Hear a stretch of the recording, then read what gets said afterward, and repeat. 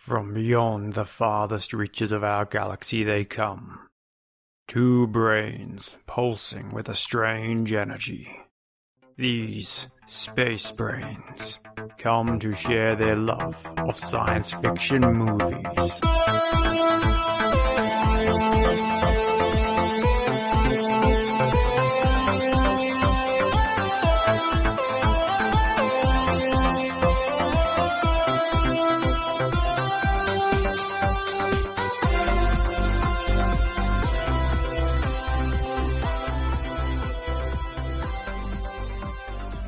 Hi, and welcome to Space Brains, the show where we watch sci-fi movies and talk about what was good and what was great.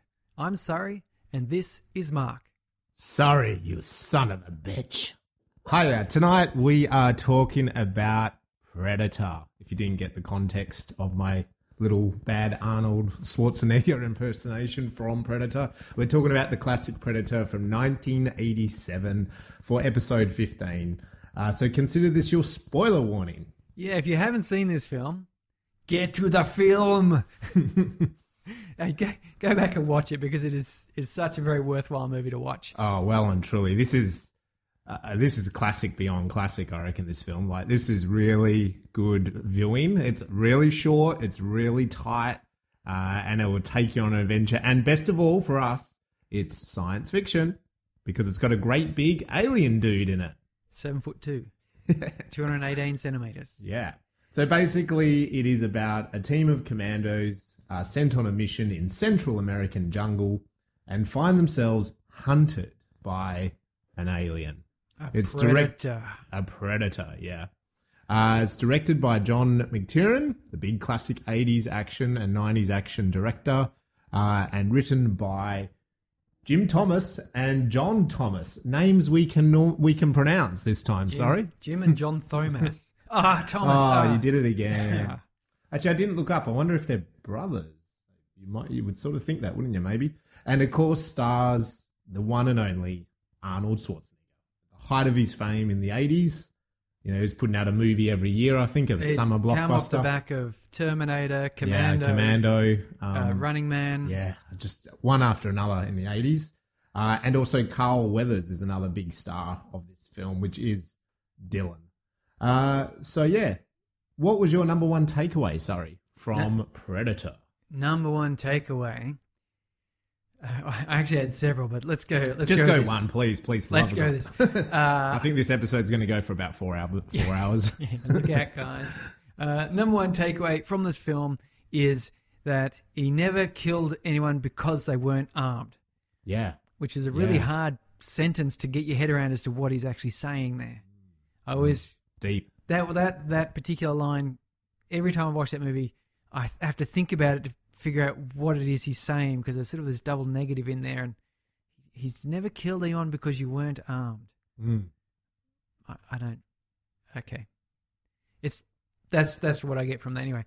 There's also I also get from it that you can, like Alien, you can have a relatively sparse plot. Yeah, there's no complication to it. No. They could have had complication because they had the whole rebels and the CIA and the Russian diplomats of some description all meeting in a jungle somewhere. Yeah, there's some sort of complexity there, but that was just totally not followed up. No questions asked. No one cared about that. Yeah.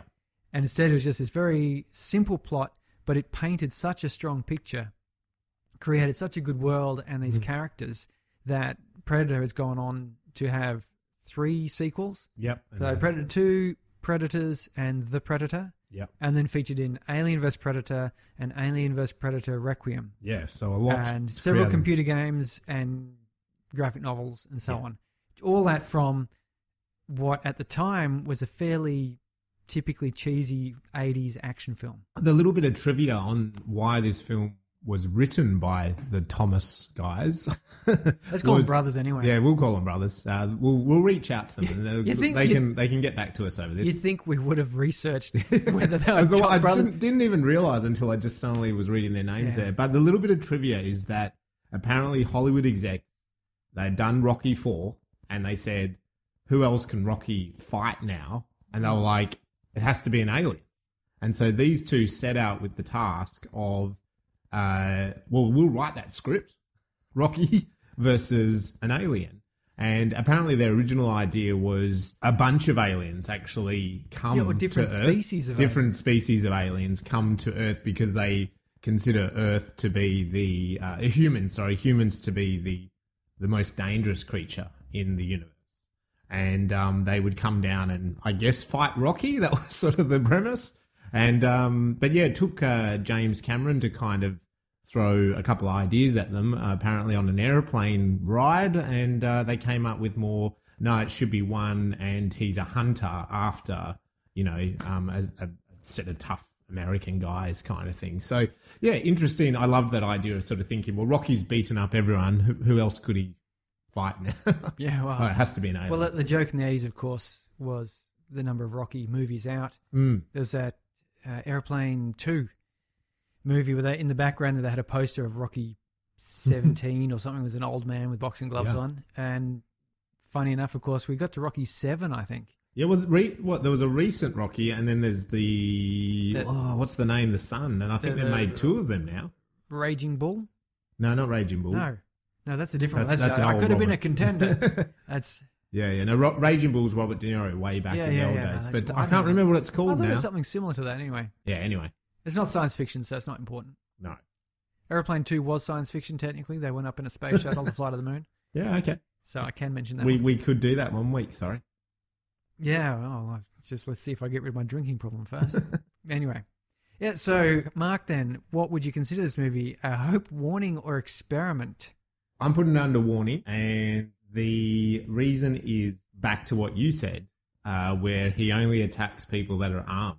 So Predator, this super powerful creature from outer space, attacks you because you are a weapon, So I did find that a bit odd that suddenly he didn't kill the girl, he killed the soldier, even though the girl had sort of like assaulted the soldier to run away.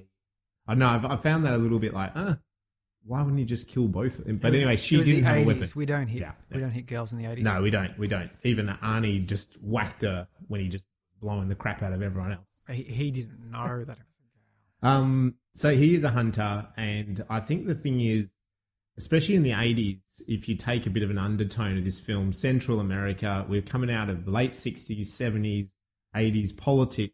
America was actually really influential in South America during that era. There's a lot of dictators taken out of power and then brought back into power. The US was a bit, there's a bit of dodginess going on. There's a bit of undertaking of politics. I know a lot of secret missions. Yeah, a lot of secret missions. And this film, they say that as well. They go like, you're not safe on that side of the border. You've got to get back, as an idea. Like, why don't we just drop in, grab them and come out? It's like, well, you can't do that. It'd be too obvious. So it'd be too publicized. So I feel that the Predator is actually a little bit symbolic of the US military in a way, and it's kind of the writers sort of saying, well, what if the hunter become the hunter, What if the hunter becomes the hunter by something more powerful? Yeah. So, yeah, that was my idea of a warning. Yeah, I don't know that I could really put it in the hope, but it could be seen as a bit of an experiment, I thought maybe. Yeah. Experiment which is, what if an alien came down to fight our toughest, baddest soldiers? Yep.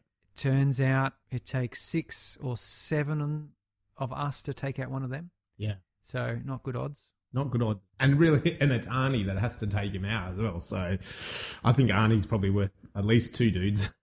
Oh, easily. The 80s Arnie is definitely worth that. But it's a kind of interesting idea that like a really powerful hunter, isn't it? Like you can understand a hunter come in.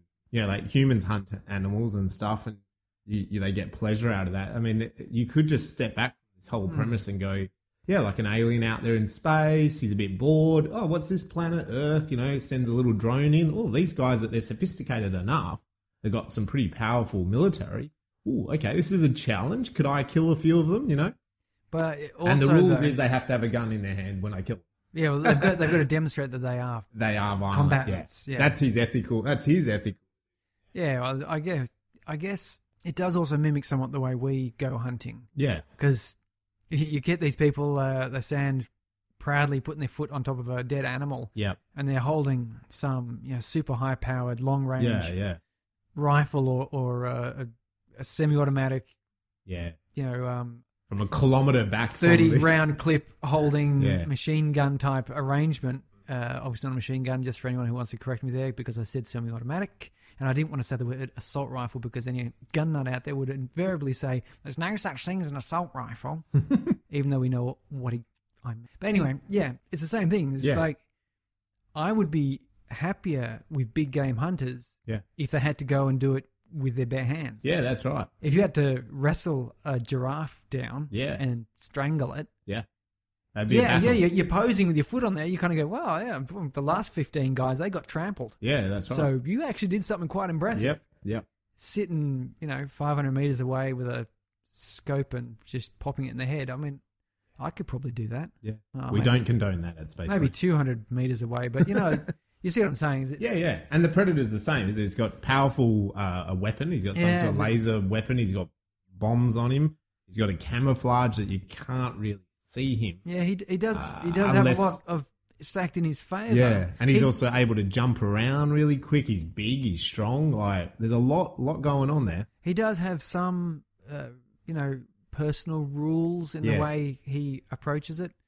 He does like to, I guess, largely reveal himself somewhat before he does his kill. Yeah. Because again, he could have sat a long distance off, but he waited until the people were active, were alert, were keeping their eye out, and then sort of figured if he could. He wanted a challenge. He wanted just enough challenge that he didn't feel shameful. That's right. But not so much challenge that he felt endangered. I think that's the way it works out. Yeah. And he was intelligent because he throughout the plot points, and we'll start to go through them in a minute, but he overcame the traps and the tricks that, Dutch and his commandos came up with. And then even at the climax as well, didn't he? He saw through how he could track him, even though he was covered in mud, so he kind of overcome, he was clever enough to overcome his weaknesses as well in the moment once he was being challenged, by the scenario. He enjoyed it because I think so. He looks at Dutch's skull. Yeah. He goes, that's a nice skull. He's got a strong brow ridge there. Yeah. I like the brow ridge. I must admit, because it's been a while since I've seen this film, like the skull bit, I was like, oh, that's really nice. Like, it's a nice moment in that film is him ripping that skull, the spine and the skull, like just straight out of, the tracker character. Billy. And, Billy, that's it. Yeah, and he's just like, that was a good challenge for him. But before we get stuck in that, you had a director's conference. You had some sort of special 3-day intensive process. What was that all about? So it was the Australian Directors Guild. It was called a Directors Immersive, and it was part of the Cinefest Oz, a really big festival here in Busselton in Western Australia in the southwest. And I had to apply for that and throw up a movie idea, like one of my ideas. And so day one was they had some really talented Australian directors in the room with us, and they were talking about how they got there. So how they sort of went from, making a short film, and then now they've sort of made a feature film or two. And they really it was just panel discussions about that.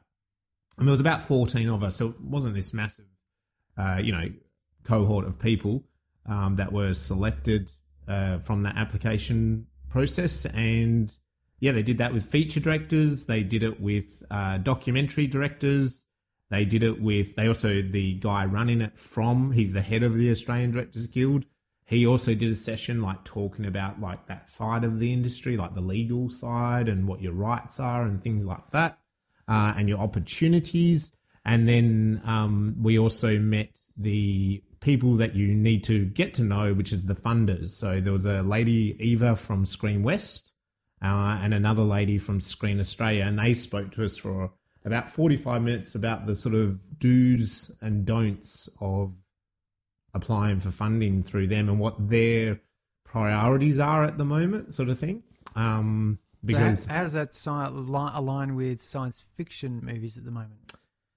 they're fine with that. I mean, Screen West is very open about everything. It's sort of a very open door policy. It's just that they have funds available at certain times throughout the year. So you just have to keep an eye on them and then apply for that. But they don't really mind the genre. Like it could be anything, comedy, to sci-fi, to whatever. Screen Australia is a little bit more complicated at the moment. Their agenda is a little bit more about diversity. So they're looking at projects that do have a diverse voice. So for the moment, you and I are not in flavour, which is where white middle-aged men. When will we ever get a break? No, we never got a break. I mean, where are my role models in the directing community? I know, there's so many. Like as the example right now, and it's not like they're saying no, but they're promoting females, they're promoting Indigenous stories. They're the first things they want to look at. Well, let's get some more Indigenous science fiction cracking. Yeah. There was actually a show on SBS which was called, oh my God, I can't remember it. But it was kind of an urban fantasy about another race of beings, human-y type critters. Yeah, right. Here in Australia, living alongside the Aboriginal people. Yeah, right. I can't remember what. And I think they were referred to as the Hairies because I think they tend to have big beards or something. I meant to watch it, but I just don't watch much TV, so I never get around to it. So when it comes on Netflix, but there you go. So there is some. Yeah. And I went and watched, because part of Cinefest is all sorts of film stuff going on, like actual films, Q&As with the directors.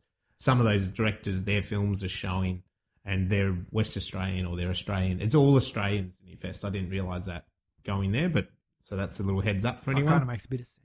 Yeah, it does. But some festivals aren't, they're just totally international. This is something that's just being promoted Australian-wise. So on the first night, on the second night I actually went and watched, there was an Indigenous horror anthology. So there was, I think, 6 Indigenous short horror films, and they were just compiled into one, you know what I mean? So they obviously were short little stories, but you just sat there and watched them all in a row, and that was really cool. So they were good little horror Indigenous ones. And then the second day with everyone else, we got to pitch our film idea and to the panel, and you got automatic feedback about your pitch, about the idea, So and what feedback did you get? The next steps. It was really, 2 of them were really positive, and one of them was Ben Young. He's made 2 big feature films. He's one, Extinction is the Netflix one. Oh, yeah. His was really positive feedback. He gave me a couple of little tiny specifics about what I said about the story, but they're really quick fixes. But he also said this could be just made. Like, you could just go make this, like, without any issues. Even low budget, this could just get made, which was something that was my intention with my story. And then one of the other panelists, Kathy, she said, you've really... in terms of pitching, you're doing this, like I saw the story. So she was really happy with the pitch. And she's given me a couple of, like, the fund I should apply to. So I've spoken to Screen West Monday about that. And I'm going to put in an application for that. So I've started that process. And basically what I need to look at doing is really getting someone with a credit, like a screen credit, to kind of get on board with it would be really good. So that could be... It'd be handy to have the experience as well. Yeah, exactly. But in this sort of point, she was saying if you can get a script editor, like you can get Screen West to pay for a script editor, you get a script editor that's had some screen experience, you get them name involved, and if they kind of go, do you know what, this script is good, or, this bit needs tweaking, and you go and tweak that, then you kind of go back again for then funding for it to be made. And that's a bit different. There's some other things you have to do for that bit, but you got to get over the first. So you're looking at getting the editing, getting it screen ready, as it were. Yes. Yeah. Because I was going to say what you'd want to do, or you'd need to do, is actually come up with a bit of a budget. If you're going to ask for money, they're going to say, "Well, what are you going to spend That's it on?" still with this process, you have to come up with a budget of what you would do with the fund they give you. Like, as in, I'll spend this much on a script editor, a script reader. I was also. Another idea is a table read. So you get actors in a room, so you pay them to like go through your script, like you just read through it. There are a couple of my ideas. You've not thought of going the exploitation process? Not yet. That's what I'd do. They call it exploitation, but I think that's just sort of not a real thing. That's where you promise the people working on it points in the sales. Yeah. And I think it's only exploitation if the person organising it is getting paid and no one else is. Yeah. If you're also not getting paid and you're pulling people on board with promise of percentages, then I guess it's still the same, I suppose, process towards filmmaking, but probably a little bit more honest. Yeah, well, one of the directors with her first feature, she's on to her second one now, that was showing at Cinefest.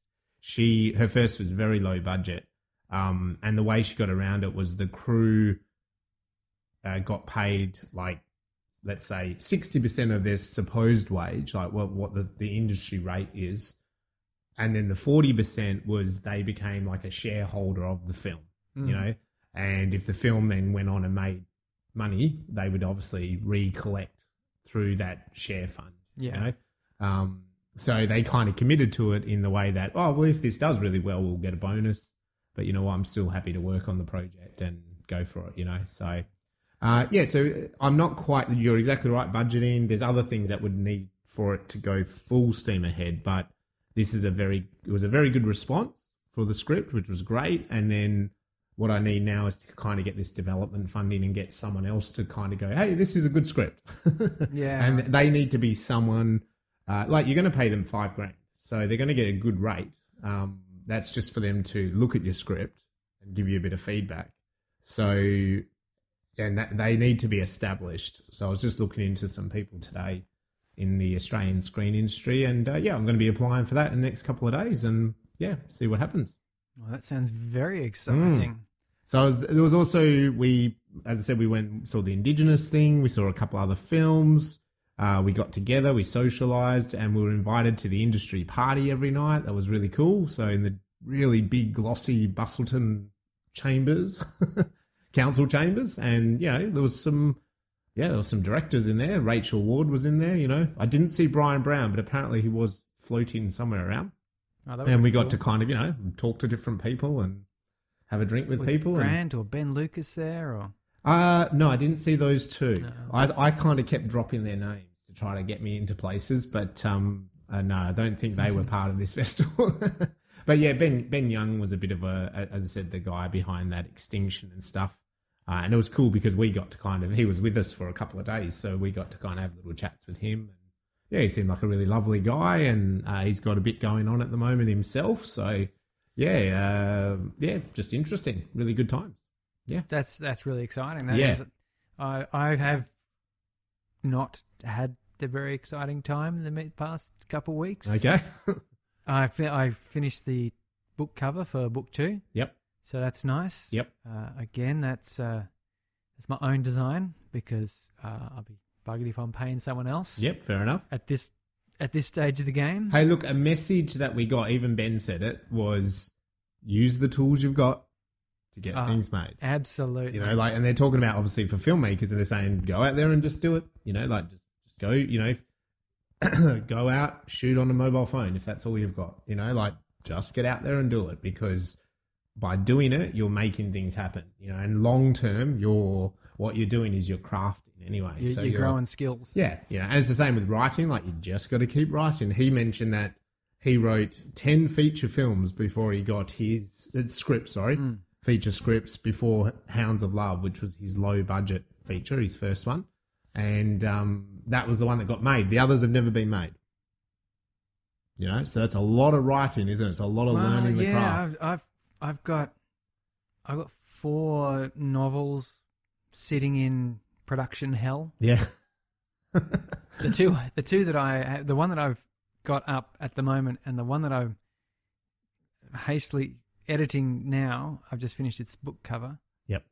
And the third one that I'm writing, so they would actually be my the 5th, 6th, and 7th, as opposed to they're not my first 3 things I've ever written. Yeah. And numerous short stories. In fact, I'm getting one of my short stories together to go to. There's a bunch of guys up in Perth called Hail and Well Met.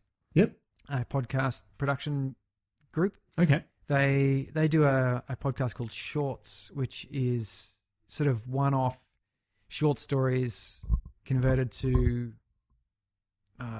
either audio book or audio drama, like a somewhat more dramatized feature, depending on the variety of story. And I've got a sort of a short horror short story that I wrote about a monster in the snow down south in the Antarctica.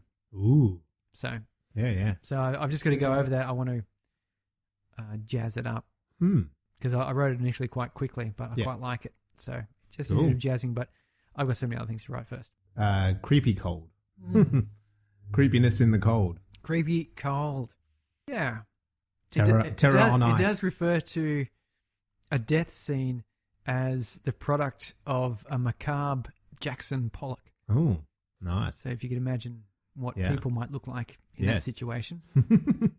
So there you go. Oh, and a human terrain. Yeah. One of those Indigenous films was so funny. They were horror, and it was horror, but it was like Evil Dead. So it was blood and guts, ripping apart things. There was even a baby that got mutilated. But it was so funny. The only way you can get away with a baby being mutilated is if it's done so far over the top that you're not going to be confused that someone's being... No, it was over the top, but then it had such a deep meaning because what it was set when white people came here, and the smallpox had infected the indigenous community, and there was this monster on the loose killing white people. But the white people were so funny because they were like, the guy walked around, he's like, puts a stake in the ground, my land, and they're overlooking like a river, his pregnant wife, and he's like, just look at it, darling, it's like the Thames. And she's like, doesn't really look. And he goes, imagine the Big Ben.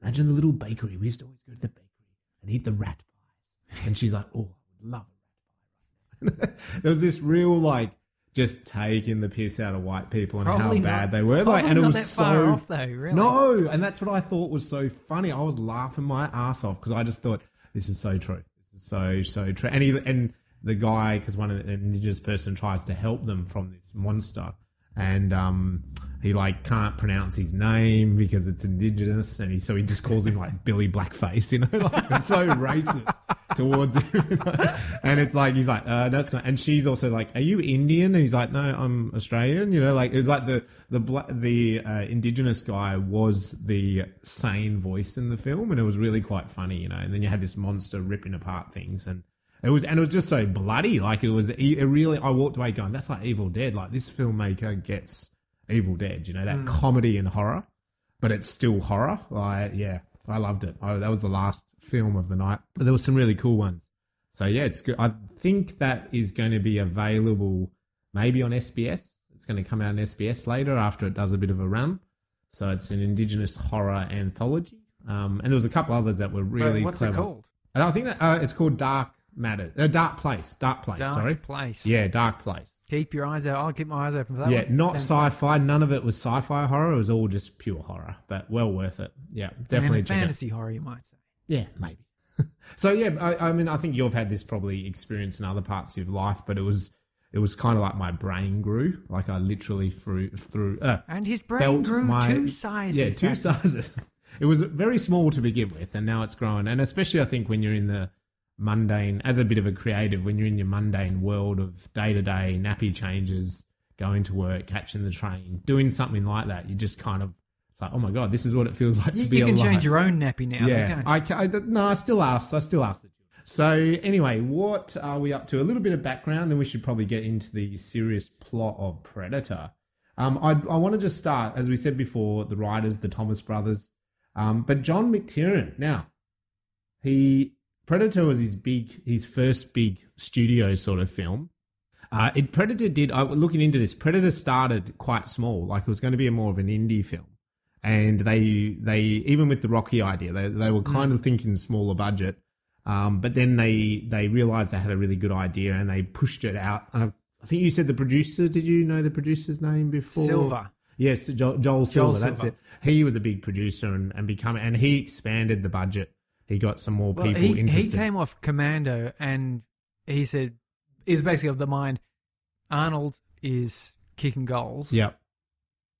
You've got to make this a big film Yes. because we'll get Arnie in it. Yep. And We'll make it. as I said, he just come off Terminator, Commando.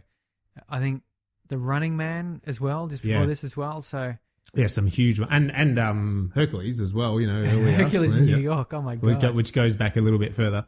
And I did see a little bit of trivia there that Arnold, he was busy doing another film when they scheduled to do this, and then he also had his wedding coming up. Married to and Maria. they literally flew him in. He shot some scenes, flew him back out for the wedding, and he only went on his honeymoon for 3 days to get back into Mexico to continue shooting this film. That's pretty dedicated. Where they all suffered food poisoning. Yes, they did. Constantly Except, in Mexico. John McTiernan. Yeah, because he didn't eat it. Refused to eat the food.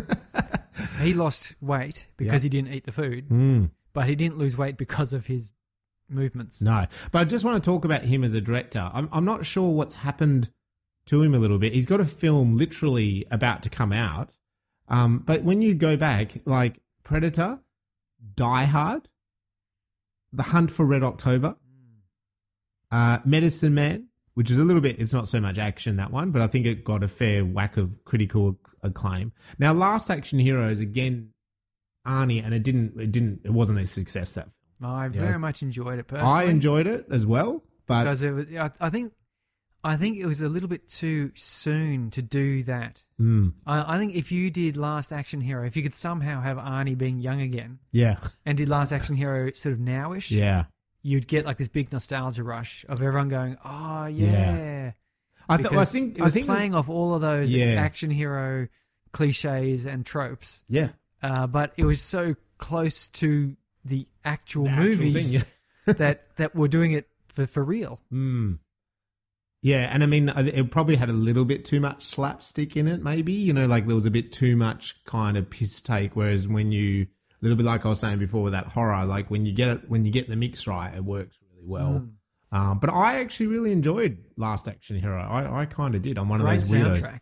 Awesome soundtrack. AC/DC specifically made a song for that film, which they've never done for any other film. So God knows what they paid them to do that. Big Gun, I think. Big Gun, that's right. Yes.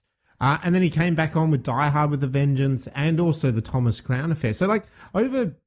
what is it, like 15 years there? Huge films, massive films. So I'm not too sure what happened to him. I kind of Googled it and nothing's really there. So I'd be really interested to know what happened to this guy, a big Hollywood director. Well, he's got at least 2 movies there that really defined the 2 types of action heroes of the 80s. The culmination there, the Predator and Die Hard movies. Yeah. Both, one was a big muscle-bound hero, and the other one was the dirty, scraggly one, which is, Die Hard. Yeah. Which you also sort of see a similar role with Lethal Weapon. Yeah, It's a similar sort of action hero. It's more the everyday cop hero, taking on. Tumble. Yeah, just the hero that's there. So, I'm not too, just wanted to make that note, but so this is a big-time director, even though Predator was his first big studio film. So the film before that, Nomads, was tiny a little bit budget more, by today's standards. Yeah, as well. I'm really surprised if you put that into like what we talked about with Passengers. 130 million for Passengers. And this was 15 million. After Earth was 140 or something. Yeah, so they've really quadrupled their budgets. It's not only inflation. That's not just inflation, is it? No. You got to think 80s. If you were to double it, you'd be looking at maybe $45 million film now. Which would be really low for a film with someone like Arnie in it. But they pulled it off, and that's what you think about. They took him to Mexico, and it's all shot in Mexico.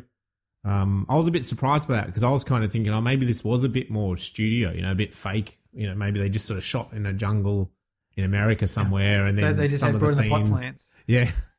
Went down to Florida or Louisiana or something and got some of those big trees down there. Yeah, just kind of shot around there in a park, and ran around in the park as you do. All those Californian scenes that represent all parts of the world. Yeah. So we do have Arnold playing Dutch. We have Carl Weathers playing Dylan. He was a big 80s action hero. He was Rocky. Rocky as well. Anna is the girl that, no one hurts because she's a girl. Yeah. Bill Duke was in Commando as well. Yeah, he was in Commando as well. Big, burly guy playing Mac. And Jesse Ventura. Yeah, the wrestler. Chew this shit. You chew this, make you a sexual Tyrannosaurus, just like me. Yeah. And isn't that so great when he, in the helicopter, he, spits on his shoe? Yeah. There's so much. We've got to get into that plot point in a minute. We will. But it was such a good scene. And of course, he has the gun that Jesse Ventura has. The big spinning barrels, shooty gun. Yeah. But the thing also, Jesse Ventura and Arnold Schwarzenegger, governors. Yeah, so Jesse Ventura was governor of Texas. Yes, and, right. And Arnie, governor of California. So this one movie had two governors. Future governors. Billy. Sonny Landon? Sonny Landon, which I don't recognise from other films off the top of my head. And Billy was the tracker, right? Yeah. Yeah, it was a good character, that one. I liked Billy. Poncho, played by Richard Chavs. And then we sort of dropped down a little bit. General Phillips at the start, good old general. So I think it's the same general from Commando, to be honest.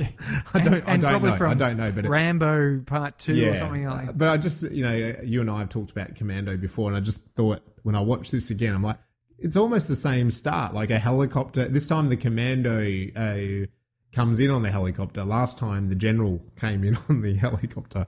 But he plays that real similar character. And then Shane Black playing Hawkins. And then we can't forget this guy, because this guy the movie would be nothing without him. He was in, I had a look at his film credits. He's in quite a a lot of the movies that went on in that time, but in costumes. Yes, all in costumes. Because he's 218 centimeters tall, 7'2", so when you're seeing him as the Predator and holds Arnie up against the tree and Arnie's feet are dangling, that's actually his height. Real, yeah. I don't think he's that strong, but he's certainly that height. Yeah, so kevinpeterhall is his name, and when I was the same, I was like, okay, he's played the Predator, click on his IMDb. Oh, he's been, some killers, he's been masked creatures, Harry and of course Harry and the Hendersons. TV that show might ruin this. That might ruin it. So I do hope you've watched The Predator, because, I mean, come on, Harry and the Hendersons, such a good movie. He's also the helicopter pilot. Yeah. I don't remember the helicopter pilot. I actually went back to the end of the film after the bomb goes up, and you get this little fire breaks out. That's and right. Use extinguisher, and then the helicopter pilot. There's two of them. The black one looks and goes, "What the hell is that?" That's him. That's the him. Predator. There we go. Right there. So good old John McTiernan. He knows how to use his cast. Just you can be another character. No one will know. We should go through the major plot points. As I was saying, so the film does start a little bit, let me just adjust that for a second. Sorry.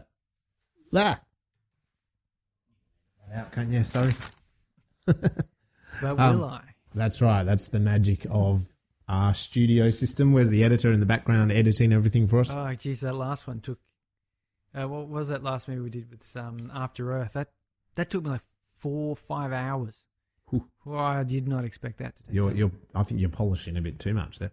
No, it's just for our 12 listeners, you're putting in a big effort. Hey, our last one got 15. So, plot. Alien spacecraft, if I can talk properly, spits out an extra little tiny spacecraft that comes launching down onto planet Earth. Little bubby. There's a military helicopter coming in, landing on a real remote location beach. There's a general looking on, a bit ominous. You can tell because he's got 2 stars on his cap. And you can tell he's got the little stars all over him. Just the way it is. A very Hollywood uniform, like just straight out. He looks like a general too. He's old and he's older, grumpy. He looks certain that he knows what he's doing, and he's really looking forward to this helicopter landing. And there's such a nice, I really can appreciate it now. Being a bit honest, such a nice shot. People get off this helicopter, soldiers. And in the sort of shadows, you got the silhouettes of them jumping. You got but in the shadow, there's a silhouette of someone specific, which is Arnie, and he's smoking a big dirty cigar. Yeah, because you get the he lights the lights up. That's and the glow, and then you see. And he just sits there. He's not in a hurry, he's a confident, comfortable, commando here. So he gets off and he's smiling with the general. I think they exchange a little thing. Anyway, they go into, we go inside the little hut in this remote place. And there is... You already know that guy, Dylan, is CIA because the hut interior it looks like every hut interior where a CIA agent sits in every 80s movie. But also, what's he wearing? Agent. What's he wearing? He's wearing a suit. And he's got the he's got the tie. on He's got a really shitty like tie and white shirt on, doesn't he? And brown pants, like immediately characterized. Yeah, immediately characterized. But you know he's out of place because he's massive. He is. He's a really big dude. And anyway, so Dutch, played by Arnold Schwarzenegger, comes in with the general. He notices him. This guy notices him, and they have that great line, "Dylan, you son of a bitch." Dylan, you son of a bitch. I love it. And they pump iron over each other, don't they? Shake hands, their muscles are bulging. We get a close up on Arnie's bicep. Yeah, and they literally have a standoff as well. It's like an arm wrestle. Yeah. An arm wrestle in the air. It's not even on a table, and they're kind of fighting each other, and Arnie's smiling away, he's loving it. And he's kind of saying, "Oh, what? You're pushing too many pencils." Yeah. Implying that he's gone soft, and so so quickly. And that's what I'm really enjoyed about this is you're learning so much about character, like the differences between them. They've got a past, and that he's kind of pushing each other's barriers. And Arnie wins out. Dutch wins out that first little battle. And I think in his mind, he's like, "Oh, bring him down a peg, back to reality." And basically we're set up with a bit of a plot point with the general and Dylan saying that a cabinet minister on their side has gone missing. He was off with a couple of men in a chopper, supposed to land this side of the border, and it went down. They've got a position of this helicopter in the jungle. And he's also told that it's a simple extraction mission. It's just really get in. They believe a band of guerrillas have probably taken them. They need to do it a bit secretly because Dutch does suggest... What does he suggest? That we should just kind of get in there and grab them and get out? Just fly in there. And fly all the way in. And he says they'll be too obvious. And we can't create motions. This has got to be a bit secretive. And as I said before, I think there is a little undertone in this film. Like, America was involved in a lot of this South American politics and some of it a little bit off the books, So anyway, and the last little nail in the coffin for Dutch, of course, is that when they get there, Dylan will be in charge, which is not the norm. You know that Dutch should be in control when you're out there in the field. But he kind of swallows it because the general tells him that. And then we have this great helicopter ride. And it's quite long, really, in the context. But, at this point, it's like 4 minutes of the film has happened. And we already know so much. We're being introduced to each of the characters. Yeah, we get all this group of commandos that are there. And this is a very sharp bit of filming here. Script work, because we see each of the characters, and each of them is doing something or saying something that will characterize them and gets a reaction from the others. Yes. So we know what all the dynamics are. Yep. Yeah, Blaine whips out his chewing tobacco and offers it around, and everyone refuses and kind of laughs. Yep. So he's done this before. Yeah. And he's confident. And he gets a bit pissed off by this and chucks it in there and does a whole sexual Tyrannosaurus, which I'm not entirely sure what that means. It sort of sounds a bit aggressive to me. It does. But I think it's a bit defensive as well, maybe. Yeah. Maybe he's saying it's a masculine thing. This is a lot of this movie is about masculinity, I think. But I think everyone sort of pointed out that they actually think it's kind of a bit... It's a bit gross. Which it sort of is. And but he's confident. Billy's just quietly painting his camouflage on and just doesn't say anything. Yeah, and that says a lot about him, doesn't he? And we have that other character. Is it Hawkins? Or is it Poncho? Poncho that does the pussy jokes? Yeah. He tells this dreadful joke about his girlfriend's vagina being oversized. I'm not entirely sure what that means. No. Is that something women worry about, the size of their relative? I don't know. Maybe our listeners out there... How do you measure that? I don't know. We don't need to get into those technicalities. By mass? Yeah, maybe Poncho's a bit small. But you get the idea that he's kind of a bit of a jokester, a bit loudmouth, and not necessarily sensitive to everyone's personal sense of humor, because everyone kind of no one really appreciates his off-color joke. But and while he's saying that, so that's his way of dealing with the series, and we're learning, like you just said, he's loud and he's a bit of a jokester. Poncho silent, doesn't laugh, doesn't smirk, doesn't give him anything. You know, so it says a bit about him, doesn't it? Yeah. You know, and also Mac, who I love, is not reacting to any of this, and he's got the shaver. He's just shaving his sweaty cheeks. He's always sweaty, Mac, in this film, and he's just shaving. He's remarkably sweaty in this film. Yeah, and of course Dutch as well. Like, it's sort of like none of this phase him. This is normal. No, Dutch is just kind of looking over his team, Yeah. just going, "Yep, they're all behaving the way Just I expect taking them it to. all in. Everything's cool." And we have a little bit of an extra standoff, which is between Dylan and Blaine. Blaine spits the tobacco on his shoe deliberately. Dylan says something to sort of provoke him. Yeah. Well, I think it's remember. about not being. I think it's about not being in the field anymore. Something about that. Yeah. You know, that he could have. I think he says to Dutch, "You could have chosen this road and Yeah. you know, become better and blah blah blah." So I think that's why you're right. It was a bit of a reaction, but again, it tells you a bit about his character. He's standing up for his mates. Yeah, his team looks out for him. And he spits on it, and then, you know, Dylan kind of pulls rank a bit over him as well. So it does show Dylan's not scared of it either, you know. So that it's such a great scene, and the song in the background. Angel Sally, is that it? I think so. I wrote it down. The thing that got me about that is it sort of reminded me of Top Gun, Yeah, because Top Gun had Great Balls of Fire. Again, another one of these sort of 50s old-timey rock and roll songs with the pianos and bits and pieces. Yeah, it's Little Richard, Long Tall Sally. And to me, it was a real juxtaposition of what was happening in the scene. You know, like these guys go into war, basically, and that music was so upbeat and happy. There was a real sort of juxtaposition. Also, later on in the film, Mac is singing it. Yeah. When he's chasing the Predator and he's stripping off his stuff because he's too hot and heavy. Yeah. And he's kind of, well, he's not really singing it, but he's saying the words of it. So it must be a song that has some kind of meaning for the group. Yeah. It's like their pump-up song. Their pump-up song, yeah. And it's an interesting... But I've really found, like, from a filmic point of view, there was probably a bit of juxtaposition going on with that song, you know? But it was a great choice. And it's blasted as well, isn't it? That's the other thing. It's pumping, you know? And we even see Blaine, like, when they get there, turns it off. Well, I like that because it's like, it's drop time. Yeah. And Dutch changes the lights. Yeah. And everyone just goes, "Oh, it's game time. Game time. Turn off the music," and everyone just starts clipping up. Yeah, they all stop get joking ready. around. They're straight into it. Yeah, and it really does show how much of a unit they are, you know, so quickly. And that's why I think it's such a good scene because it, you know, straight up we know all of these characters.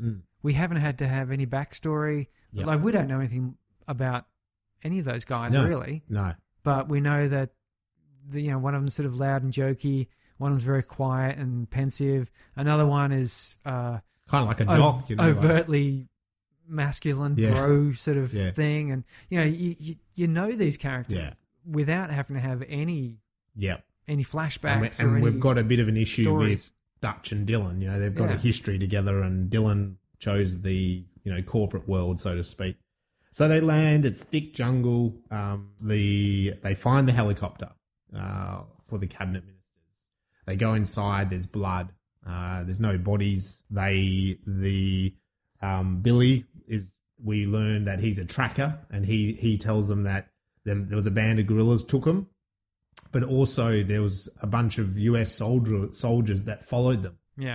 Through their boots.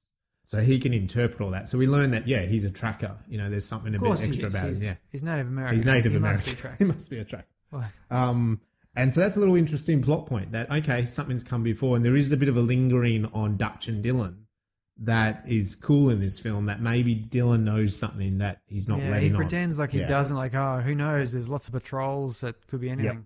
Then they come across 3 skinned US soldiers. Harper's one of them. Jim Harper. They're hanging upside down. I knew this man. It's bloody. Their guts are on the ground. And they're skinned, so it's pretty gruesome. It's not like anything that you've sort of really seen before.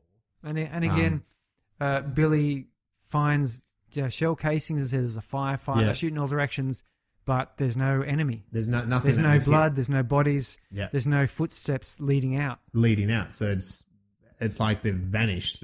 Something has vanished here. And there we are introduced for the first time to a weird point of view. And it's a filter that we learn is a heat sensor kind of filter. So something is watching them from above.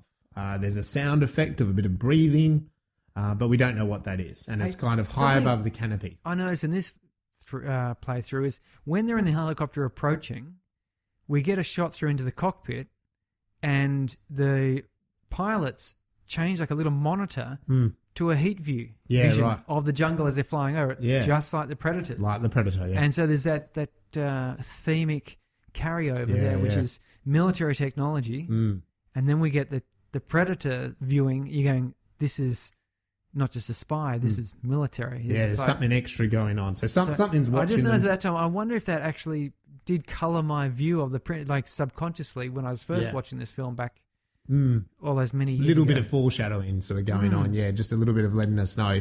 And what's interesting, I think, with this point of view shot is whatever's watching them is actually reasonably close to them, but they're not reacting. They can't see anything. So that's kind of like a little... Did we get... We also get like this weird shot just into the trees. Like the camera just looks into the trees and seems to zoom a little bit. Yeah. And every time I try to look to see if I can spot the Predator in there. But I don't think he's there for most of it. No. And I think, again, Billy starts to kind of look around as well. And I think maybe that's why we get a bit of those shots. Like we're sort of having Billy... the three skin dudes initially. He's sort of walking along and he stops. Yeah. And he's like, he's doing his weird starting his senses, his spider senses are tingling, aren't they, for Billy? You see Sci-Fi from after a scene next to him looking, and they'd share a little knowing look and they'd go, yep, something's not right. So just after that, anyway, they're a bit disturbed, but they plot on with their mission, and pretty quickly Dutch discovers the rebels, the base. There's this huge base ahead of them. So,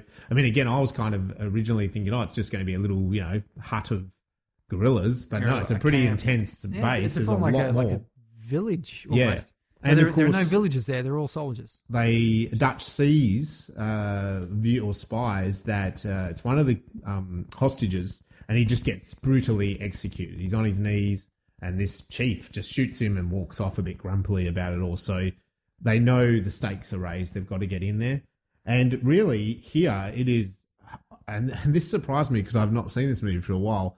It is an explosive, violent unfolding of sheer 80s action in this moment. Like the explosions and people flying and they're on fire and it's quite brutal as well. Like, they stab people in the head and they slit throats. The short range unloading of machine guns into people's chests. They do that. And, even Arnie's or Dutch's, they've got a plan, and he sort of stops for a minute and he undoes that water pump. And so it's not, and he puts a big explosion on the back and it goes straight into this hut of about 10, boom. Yeah. And bodies come flying and just when you sort of think, and I think this is a big difference with today's action, just when you think they've probably got them all, they kind of turn and there's a whole other bunch of them, and they just start firing on them. And they sort of, each of them, we see that each of them has a different weapon, which we already knew.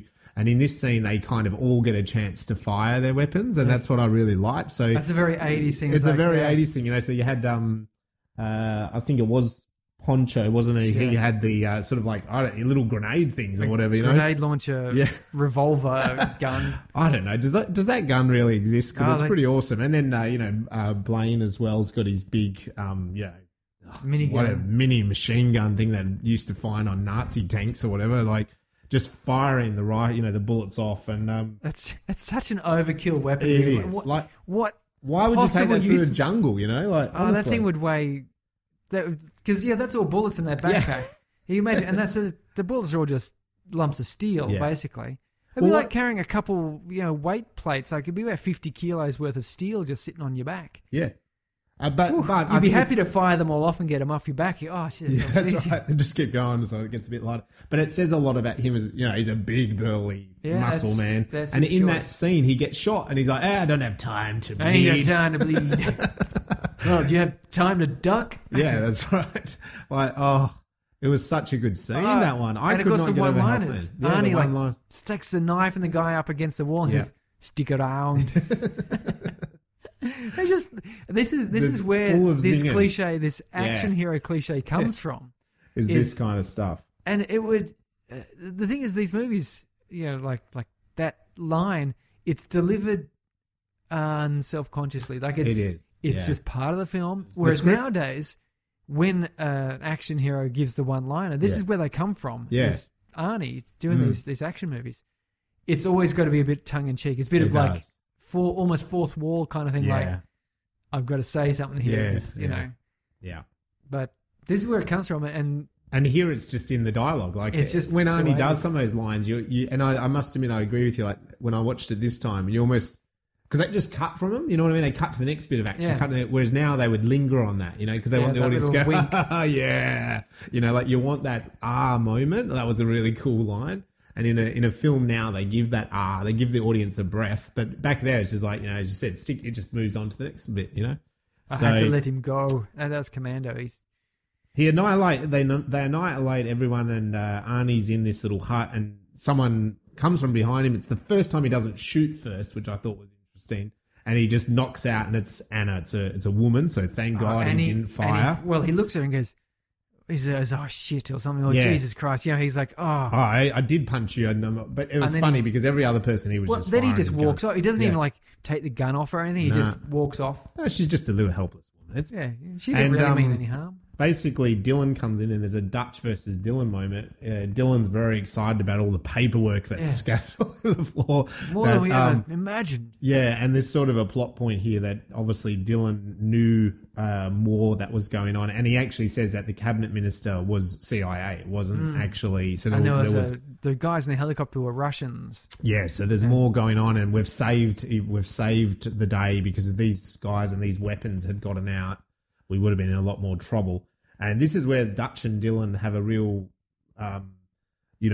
write-off because Dutch is saying, well, you exposed my men to this. You should have prepped us for this. Like, we didn't expect this kind of gunfire. Not that the funny thing is they were all unscathed, basically. Oh, totally. They took care of him, but he was worried that, it was so violent that, you could have hurt one of my men. You could have given us a heads up. So there's a bit of a, like, you brought us here. Why did you bring us here? This is bullshit kind of anger. And that's where Dylan says a great line where he says, you are an asset. You're expendable. And I thought, wow, that is a really potent line to say to someone like Dutch. That's his character as well. That's Dylan. And so again, it sort of separated Dutch and Dylan. Like it was a pushing them apart further. The response being, my men aren't, what happened to you? I grew up. Yeah. Why don't you? Yeah. And it does allow that line to then come back as a zinger later from Dutch. So that's what's cool about that as well. So it sort of feels like Dutch is the shits on Dutch, but it enables him to get back. So they say that there's more guerrillas coming in. They also can't get out. The helicopters can't get to them in time, or they're not going to. So they need to move on quickly. And the only way out, Billy says, is through this valley. Which he wouldn't wish on a broke dick dog. Because I never paid attention to that before, because he's just sort of going, which is crap. Yeah. But I heard that line, I just went, what the hell is a broke dick dog? It's bad. It's bad. It's something you wouldn't wish upon anything. No. And so they head into this valley, and of course now we get another flash of the point of view from the Predator, although we don't exactly know what it is if you're watching it for the first time. And again, he's watching from above, quite high up in the trees, and they can't see him, and they're doing all the thing. And he records the Poncho's next pussy joke, and the laughter that Billy actually gives him, and he really hones in on that laugh, and then they all leave. They all leave the village, and the Predator walks through the village, and we see more of what he is scanning, and this device is scanning the dead bodies. Yeah. And it seems like everything is kind of... He's probably doing a bit of a body count going. He's doing a body count going. Holy crap, yeah, these guys are the real... he's probably a bit, drooling over this, because as a hunter, he's like, whoa, these guys actually have a bit of firepower. Maybe that's his YouTube. He's doing a bit of a YouTube Send it back home. Look at this, how you go. Look who I've discovered, something that's worthy. And it's... But I feel like that there's almost a bit of a like, these guys have just murdered a shitload of people, you know, like they've just annihilated this village, you know. They must have killed about 50 people. They must have. Another thing in the 80s, just kill as many people as you can, especially if they're guerrillas and things like that. I remember watching like Commando or something. Yeah. He just comes to that base at the end and he just lets loose with his M60, holding it's got the belt of ammunition in one hand. Just goes and goes and goes. And at the end of that moment, that's right, because Mac had, if you remember, there was a little moment where Mac had stabbed a scorpion on the back of Dylan's shoulder, sort of saving him, and he squishes it. And the Predator is scanning these dead bodies, and then he comes across the little blurry, bloodied, squished scorpion, and he picks it up. And of course, when him picking him up, we see his claw, his hand, and it's got big claws, and it's really not big. Human. Yeah, so you can tell it's not human. So it's they've upped the ante of what is hunting them. So the only way out is through the valley, like you said. That's not ideal. They're sort of stomping their way through this valley, and there's a moment that Billy is just kind of frozen, and he's looking around, and Dutch cleverly kind of signals to his men to wait, and goes up to Billy, and Billy says, "There's something in the trees." And he's rubbing his little talisman. Yeah, and he's really spooked. You know, I think they even say that. So what's got Billy spooked, you know? And there's a nice moments here because, as you said before, there's shots of the trees, but we can't see anything. And this time around, I was trying to watch a little bit like you said with aliens. There was a shot where the alien's there, but, you know, you had to really watch it, you know, so I kept looking and looking, but I don't think there is anything. I'm pretty sure they don't put it in there. They deliberately, and there was sort of a few little slow zooms as well, so it's kind of like, maybe not. And we had the reverse shot, so we had the point of view from the Predator as well there. And Anna escapes from Hawkins, and he chases and chases her, and the Predator's point of view suddenly is kind of above them, following this chase as Hawkins like chases and chases and chases her. And he catches her, and then with that, the Predator is on top of them and just kind of slices him, doesn't he? Swipes him off. Swipes him, and just blood sprays all over her face. And then the Predator drags it away, you know. And again, we didn't really see. We see it's like a camouflage silhouette, isn't it? It's a weird, like a chameleon. Shape, like a chameleon. You listen to this bullshit. Yeah, this is bullshit. Lizard.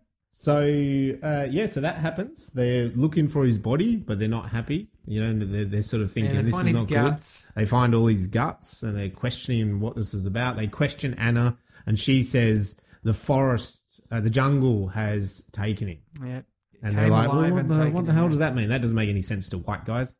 And so then they do move on, and we kind of get to a moment where Blaine is standing there looking around. They're separating, sort of looking, is there anything in the jungle? And he just gets blown apart. Yeah, shot from behind, shot from the right. It's like a laser, laser shot from up in the trees, which really surprises them all. And Mac fires away, blows and blows and blows, because he sees the little mirage, doesn't he, you know? Yeah, it turns and looks at him, and those eyes. Yeah, the eyes, that's right. They're sort of glowing light. Those eyes. He always calls them those eyes. And they fire, they all start just blitzing the jungle. Everything. And again, it's funny from a point of view now, I think, because it's just like literally like trees fall over and, plants. And I think you could almost say if it's a comedy, they would like throw some dead animals in there, in birds or whatever. But they just fire away. But again, we see the strength of the unit because, and I've got some friends who have been in the armed forces, and they're talking about in basic training. Indeed, if someone the training is you call out contact, and then if you get the chance, you call out contact and give a direction, as in a clock face type direction, like 2 o'clock, 1 o'clock, and start shooting.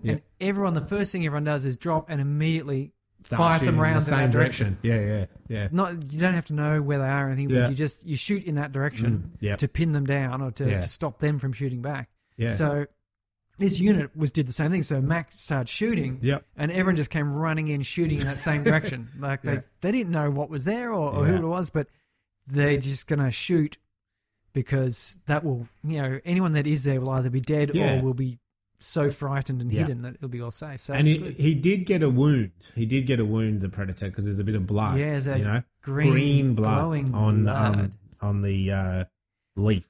It was made out of a green glow stick and personal lubricant. Lovely. For lubricating personality, I assume. So, and I mean, I think also the point of that force of their weapons, and yet then they go off looking for what did they hit, and they come back going, we hit nothing. Yeah. Like, we hit nothing. You saw they fired into this jungle, trees fell over, and yet whatever the creature is, well, it got away. How does it get away from all of those bullets, And actually then we have a scene where the Predator, high up in the branches, it reveals itself from the mirage, so we get to have a first look of the whole Predator. And it wears fishnet stockings. It wears fishnets. It's got dreadies. But it has a device, and it pulls it out, and it kind of like fixes its wound on its leg. It sort of like jabs it with something, and then puts a clamp on it. And it howls. Yeah. And the howl kind of, reaches around the jungle. So he fixes himself, which again shows, a bit of Vance. If it bleeds, we can kill it. Yeah, that's what he says. Yep. But Dutch doesn't know at that point. No. He says that actually next. You're right. So with Anna, she reveals that because Dutch sets her free. Says we need everyone on board. Yeah, that's because they're on that nighttime vigil, and Mac goes berserk on the pig. Yep. That sets off the flares, and when they come back, Blaine's body is gone. Yeah. And that is the tipping point. It's like, okay, this is just not cool. Something really serious is happening. We got to cut through the bullshit. Yep. So they so after that as well, he says, we're not going to make it to the helicopter. We got to set up the booby traps. So they start setting up the booby traps that we said before, all the men getting involved and pulling in the trees. I'm going to say, I'm looking back at it now. I remember watching it when I was in the 80s, and it was just like manly men being manly. And now I'm looking at it kind of going, that's very manly men being very manly. Yes. I mean, if you're into the, clean, hairless, sweaty, big, shiny, muscly men, this is the movie for you. I mean... Yeah, it is. So they've set all this up, and not really anything happens. And Anna gets involved as well. Like, she helps them. He set her free. I was kind of thinking, well, you set in some pretty basic booby traps. But and there's a good line. Dylan says, what? You're going to offer him some cheese? Yeah. And, thinking, nothing, because nothing was happening. Nothing was coming. And so Dutch sort of creeps out. Yeah, sort of where they put the trap, he's the cheese. Yeah. And it's clever because Dutch says nothing back to that comment, but then I was thinking, he's the cheese, like, that's really cool. Like, he's actually thought, I need to be a bit of bait. And he's waiting. There's a nice tense little moment there where nothing's really happening. And then all of a sudden the booby trap goes off. So the Predator was like right behind him. And it goes flying up into the sky. They've got a big rope sort of situation. They've caught it. But then he blasts himself out of it, doesn't he? Yeah, he just shoots wildly. Sort of shoots wildly, and he kind of gets himself. He escapes, And then Mac and Dylan decide to... Yeah, well, Mac just runs off. Yeah, he runs off. He doesn't even say anything. He just... Yeah. Because he's really upset about his... He does. About his bro Blaine that he... Yeah. They walked out of some terrible... incident. Yes. Yeah, I did skip over that. There was a sort of moment that night before. I assume they both basically survived PTSD together in some horrible way. But so he runs off immediately, and then old Dylan, who's he's a bit cut up about the fact that because at first he was sort of a bit nonchalant about his men, Hopper. Yeah. Jim Hopper. Yeah, Hopper. Yeah, it was kind of a bit like, well, they knew what they're getting into. It's just shit. But I think when he found out it was actually this alien predator, he's gone, hang on, what did I send these guys into? Yeah. You're wondering, actually, did he even know a little bit about this predator being there, but had dismissed the reports as being, it must just be the guerrilla activity. And so I think, gets a bit of the case of the guilts that he's got his own men killed, and now he's getting Dutch's men killed. Yeah. When he actually kind of likes Dutch. Yeah. And respects him. So Dylan goes, okay, you guys get to the helicopter. Just make sure you make it wait. So it's kind of not intended to be a suicide mission, but he runs off after Mac. Yeah. And so they separate there, and Dutch and is it Dutch and Billy? Billy, that's right. Yeah, and Poncho. Yeah, Poncho's been whacked in the chest by Billy. That's right. Log. So yeah, he was whacked with that booby trap. So it's like, get to the helicopter, the rendezvous. I'll go after Mac, and I'll take care of the predator. I think what you were saying there, but as well, we have had a couple of scenes. Dylan sort of, they've sort of even the muscly scene where they're all working together. It's almost like he's kind of broken out of the CIA, identity a bit. Like he's a bit back with he's the back lads. Working with the boys. Yeah, and he's realised that this is the honour. Like you're right. Like maybe a bit of guilt sort of chopped in. He worked up an honour sweat. Yeah, with his shirt off. That's right. Jeez, how impressive people look. Yeah, and anyway, so Dylan catches up to Mac, and he kind of, it's great, and he's like, yeah, over here. And you think actually that it's the Predator's recording. Yeah, you do. The Predator actually plays that with the scorpion kill. Yeah. Because Mac says, over here.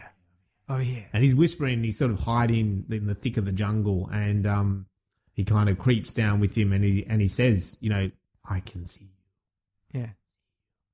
And Mac has gone a little bit, he's a little bit on the piss here. Really. He's a little bit left of centre, and he's lost a little bit. He's just very determined at this point. He is, but he's a little bit, he's focused. And anyway, Dylan's looking into the thick jungle, and you can see the mirage. You can actually, and he's like, oh, I can too. So they set a plan. One will come in after him. Dylan will go around and flush him out, and there's no way for him. They have to confront him. And maybe together they can take him out. And they're pretty confident about that. So Mac is creeping towards him. Dylan's coming around. He's running around the back of the jungle. He's closing in. Mac is creeping. And all of a sudden, 3 red dots appear, I think, on his arm and then go up to his brain. And he looks up, and you can see where the dots are coming from. And his head is just exploded in a second. It's like a water balloon filled with sloppy red water. Yeah. It droops that brain. So... yeah, poor Mac has had his whole head blasted off. And Dylan comes around the back, still optimistic and happy and all this sort of stuff. Oh, yeah, we're going to get him. And he then spies that, oh, no, shit, Mac is dead in front of me. So he kind of then hurriedly kind of peers around the jungle, and he gets fired upon. He sees the Predator. He starts firing. The Predator fires back, and his whole arm is blasted off.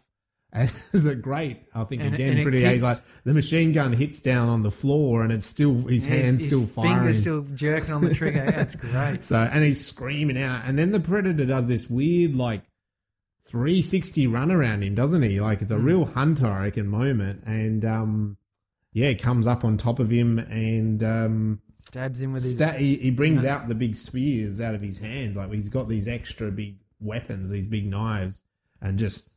Wolverine claw type. Yeah, things. Like that, wasn't it? And he just sort of, I think he guts him basically and lifts him up.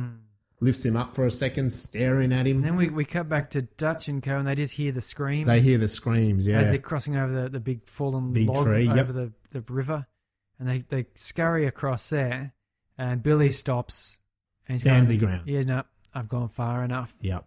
And I always found this a little bit funny. I was like, just run, man. Yeah, just keep running. But no, for some reason he decides he's going to... Yeah. He chucks his backpack off, throws his gun to the side, rips his shirt off. Yep. No hair on his chest, nothing. And he even he slices his chest a little bit. Cuts himself with his knife, and he stands there. You're like... he's got this big machete. He's going to challenge him to one-on-one combat.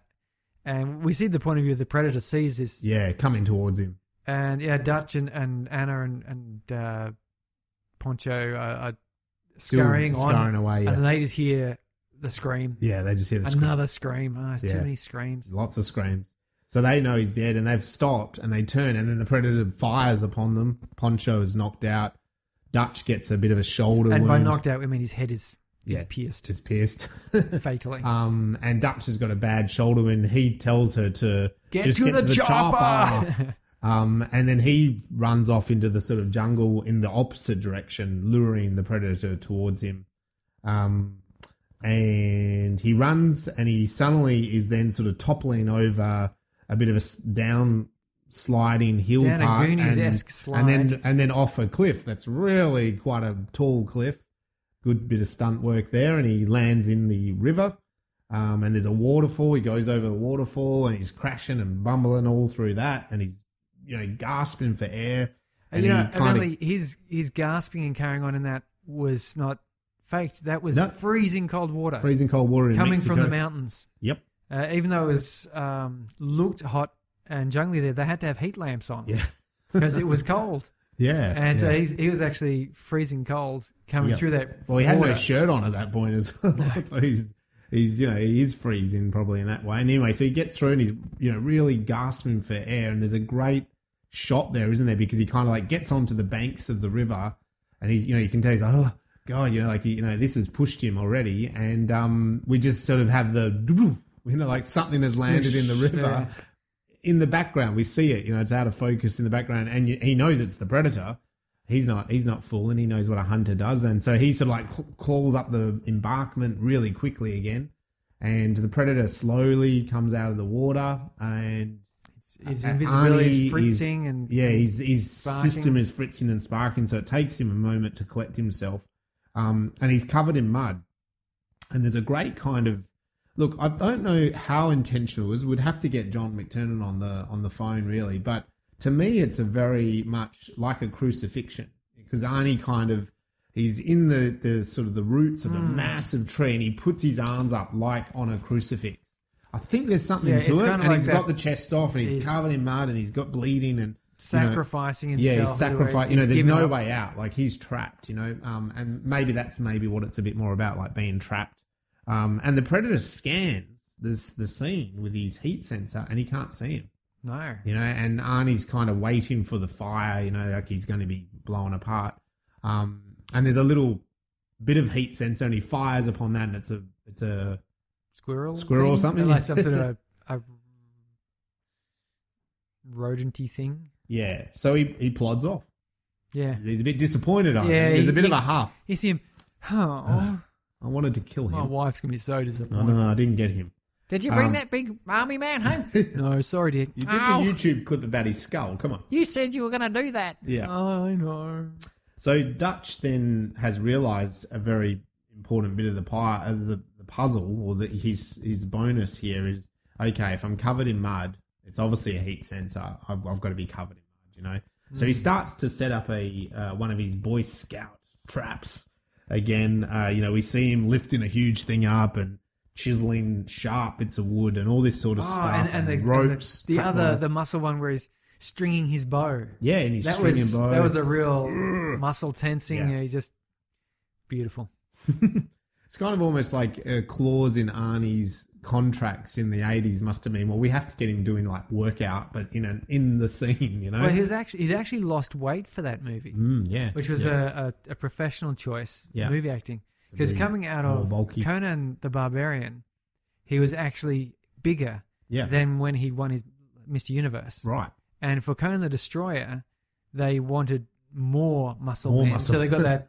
His offsider there was this big muscly dude, and he actually put another 7 kilos for Conan the Destroyer. So he's coming out of that. He wanted to lose a little bit of weight for his acting future.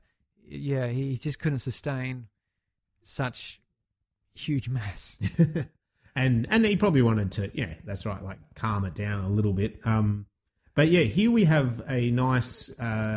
It's not such a montage, but we have a nice transition where so Dutch is setting up his traps, and then we go to the predator and that beautiful ripping out Billy's skull and spine in one thing and holding it up. Sprays it with something. Sprays it, and he's like admiring the skulls, and he's got all the skulls. I love the way he runs his finger over the brow ridge.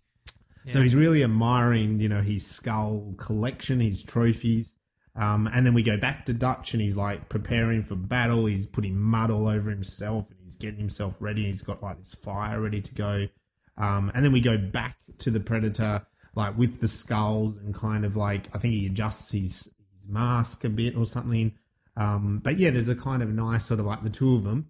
And then Dutch kind of like comes up onto the top of the precipice, so to speak, of the river mouth and that, and he screams out, "Come get me," basically, and lights a huge bonfire. So, we know, and the predator, we get a shot of the predator looking in that direction.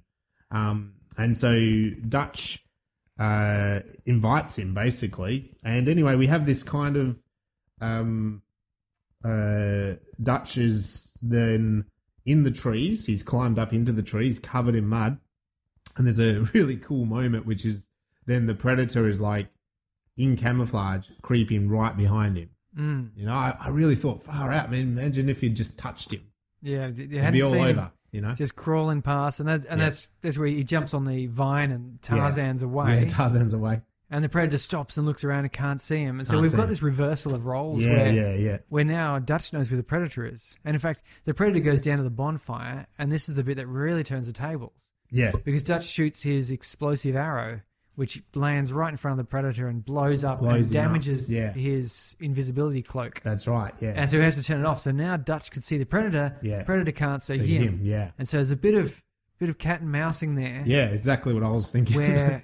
Where Dutch sort of manages, the predator's quite clever and working hard, but Dutch managed to throw a bomb spear at him and must hurt him again. Yep. But then the predator retaliates by shooting a whole heap of laser blasts at that spot, making Dutch jump into the water again, washing the mud off.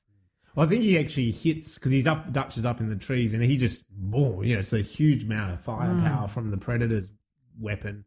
It's kind of like big fireworks, really. But the trees are like, I think it hits the tree that he's in or something, because he falls, and then he's in the river. So he's washed off the mud and he's collecting his breath. So then he comes back, and exactly right. Like there's a real whole scene there of cat and mouse, isn't there? So he's trying to hide from him. He's trying to find him. Where is he? Where is Dutch? Then where is the predator? And it's really masterfully edited, that scene. That predator must be loving it. Yeah. He's going, we dream about this. Best, you know? He goes in to yell, best holiday ever. That's right. Go to Earth, everyone. Hunting him. Yeah. Anyway, and then he kind of all that action ensures, and then because even in the cave he's been bleeding, so he comes in, he realizes that, and then he's above him, and so he kind of like blows it up and jumps out. So there's all that sort of going on, and then the predator can see him. Yeah, they can see each other. He can see his predator, and there's a moment that, so then he takes the mask off. Do you remember the line that he says there? You are one ugly motherfucker.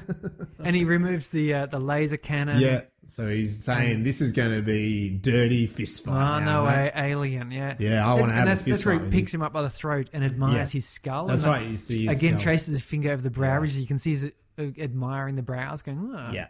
And so he starts beating him to a pulp, really. Like we see it through the eyes of the predator, like the heat, and he's punching him. And, you can imagine this creature is huge, and Arnie's big, so he's punching him and he's crawling, he's punching him, he's crawling, he's punching.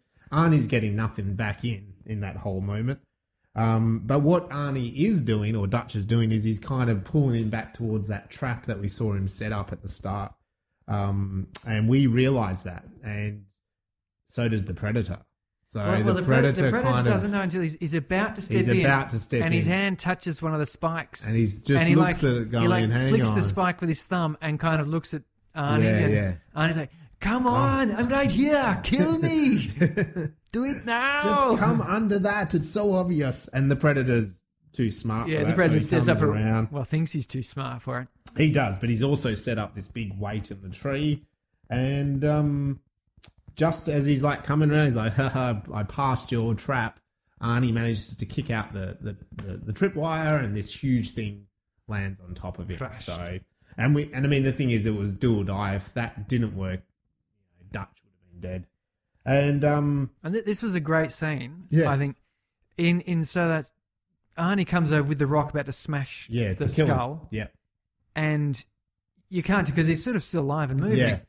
And the thing that when you're looking as an audience, you don't realize it, but this great moment of craft that the director does where it sort of coughs and a little bit of that green goop comes out of its mouth up onto its face. Yeah. And then it wheezes out a breath. Yeah. Just that one little thing, and you go, oh, he's dead. Yeah. He's defeated. Yeah. When you cough blood out, that's it. Yeah. Everyone knows that.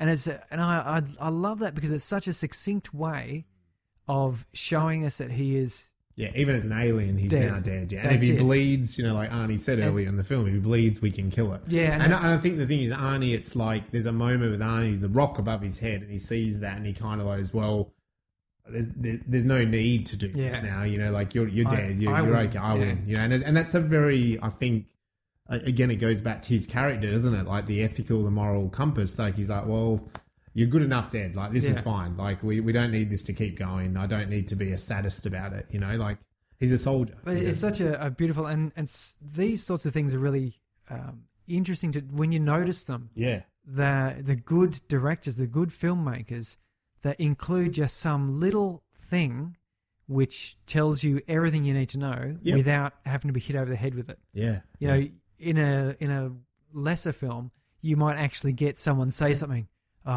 Well, he's good enough as dead. Yeah. Or, hey, Arnie. Yeah. Hey, Dutch. He's up now. I think he's done. Something really blatant. This one, though, is just a little cough of blood onto his face. And you just suddenly go, oh, he's just this, he's pathetic. Yeah. He's helpless. It's done. It's over. And, that's what this film, that's a huge strength of this whole film, as we said way back with the helicopter scene and everything. So many... There's not a lot said. It's the old show, not tell. It's so many little scenes in things, this just give you just the, Dylan, you son of a bitch, little arm wrestle. Yeah. You know their history now. Yeah. You know so much so quickly. We're rescuers. We do rescue missions. We're not assassins. Yeah. Yeah. Okay. So now you know everything about this team. Yeah. That they're and something that we didn't mention throughout and again, like in the dialogue, they keep a lot of them, the soldiers, they keep saying to each other, like, remember that time in Afghanistan? Remember that time? I'm trying to forget. That time that like Mac talks about. There was 30 of us, and you and me walked out of there. Like there's all these little moments of things they've been in, and times they've been in. Oh, that wasn't as bad as so Cambodia looked like Kansas. Yeah, that's right. So it's like they keep kind of telling us those little bits. So anyway, but then the Predator touches his arm device and starts his recording that laughter from Billy. And as one final sort of like, it's fuck the you, beeping, and this is something. I actually interviewed this guy who wrote the book. Bombs Always Beep. Yeah. So he's an audio drama producer. This guy, Casey Wayland. Yeah. And so bombs always beep. You hear that and you go, oh, what does that mean? But when you watch this movie, because it's an alien bomb. When Dutch puts the package of explosives in the back of the water pump truck, it beeps. Yeah. Deet, deet, deet. And there's a guy sitting right there doesn't hear it. Yeah. We hear it. Yeah. We know that because I suppose the thing is maybe when they were just putting it in there and turning it on, the test people were looking at it going, well, what's he doing? Yeah. Oh, it's a bomb. Is it? Okay, put beeps on it. Yeah, beep. yeah. Oh, it's a bomb. Yeah, it's a bomb. The beep. And likewise, the alien thing, the little countdown, you can't read the symbols, but it's a beep, beep, beep, beep. Like an Arnie sits there and goes, huh? And he gets it. And he goes, oh, he gets the symbol. He understands it moments after the audience goes, it's a bomb. Yeah, run. Because it's beeping and it's getting more urgent with its beeps.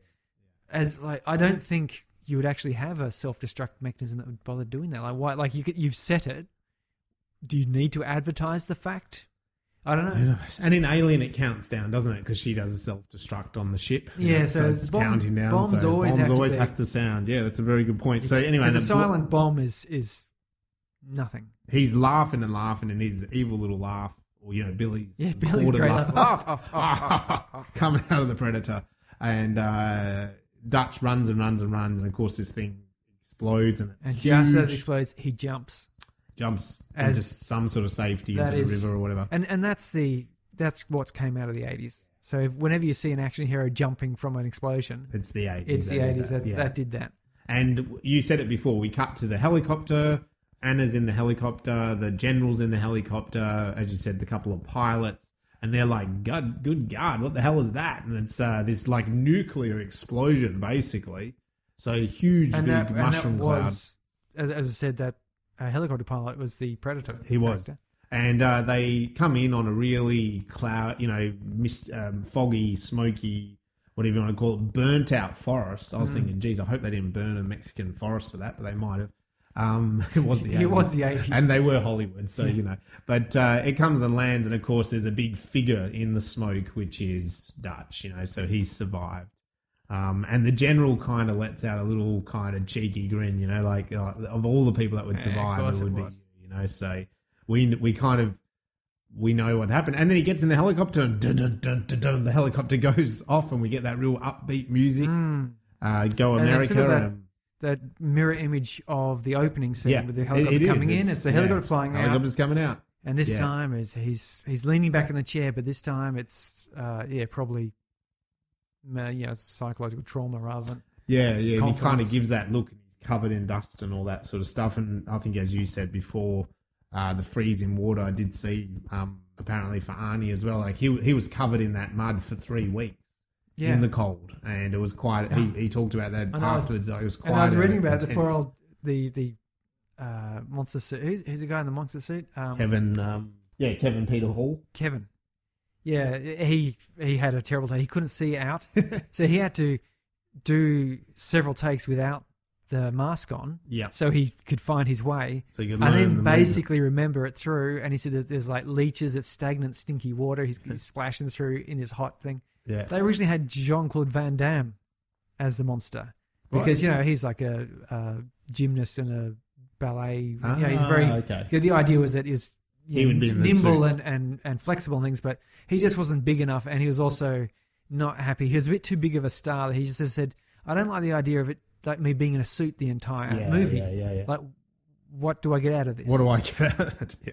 And fair enough, because at the time he was kind of his own. Yeah, he was becoming his own thing. Yeah. So and they end up going, well, we do need someone bigger anyway. So that is the plot points. How was your viewing experience this time? So now it's a bit of an old film. You're coming back to this it. This one was watching on my phone. Yeah, which was nice. Yeah, it was very relaxing. I was seeing my train on the ride home, so I've got a good hour on the train. Yeah. And I was sort of grinning and remembering bits, and it was wonderful. And with the headphones in, I got all of the gunshot sounds, very immediate. It was very exciting. I told my wife I watched it, and she said, "Oh, I want to watch that again." So we might be watching that this Saturday. Well, I mean, I must admit, in my viewing, I saw it on my laptop, so a bit of a similar thing. But like, it was just such a fun viewing experience, I suppose.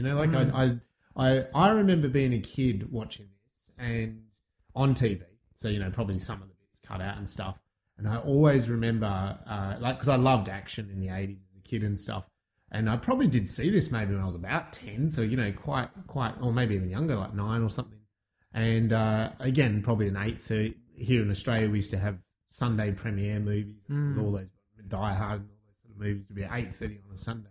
So I remember watching it and being young enough that actually that final climax with Arnie and the Predator, being quite scared. Like, I remember fear of it, but always enjoying that, enjoying that experience. Like, it was fear, but not so much like a horror fear, but just that fear of a big creature, And I guess also growing up with a lot of 80s Arnie, you kind of thought, well, he's the hero, he's going to win the day, he's going to overcome this creature. But this is a real battle for him. They really set it up that, this creature is a lot more powerful. And like we've talked about, it was enjoying the experience of hunting him, So, but this time round, and it has been quite a long time, like I saw it a lot as a kid and probably as a teenager a couple of times, but it probably has been quite a while since I've seen this. But I just found it to be such a fun experience. Like, I wasn't laughing at it, but it was making me laugh, like I really liked it. There's a certain amount of fun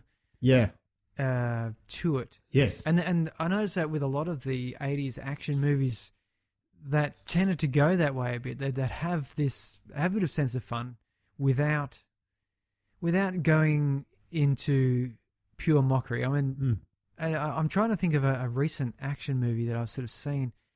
I'll tell you one that I had saw, which was the Expendables with Stallone. So that was Stallone basically got a whole bunch of action heroes. He wanted to get Arnie on board as well because it's sort of a reunion tour of Stallone's Rocky enemies and various other bits and pieces.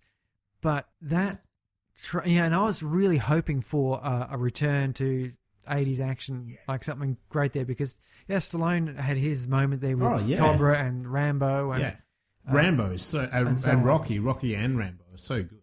And then, but it lacked what this movie had, where we're talking about the very strong, very quick entry into the story, very strong and quick introduction of characters so that we knew them all.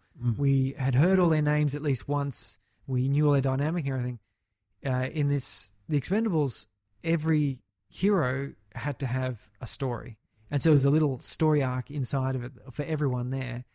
And at the end of it, like, you didn't get any of the feeling of bonding. You didn't get that fun sense. So it's what makes Predator really good is the fact that without being a long film, without going into huge detail, it compresses so much of the storytelling down that you can just get in and enjoy the suspense, enjoy the action, enjoy the thrills without being distracted by the fact that you don't know what's going on or who they are or why they're doing it. You do know all of that.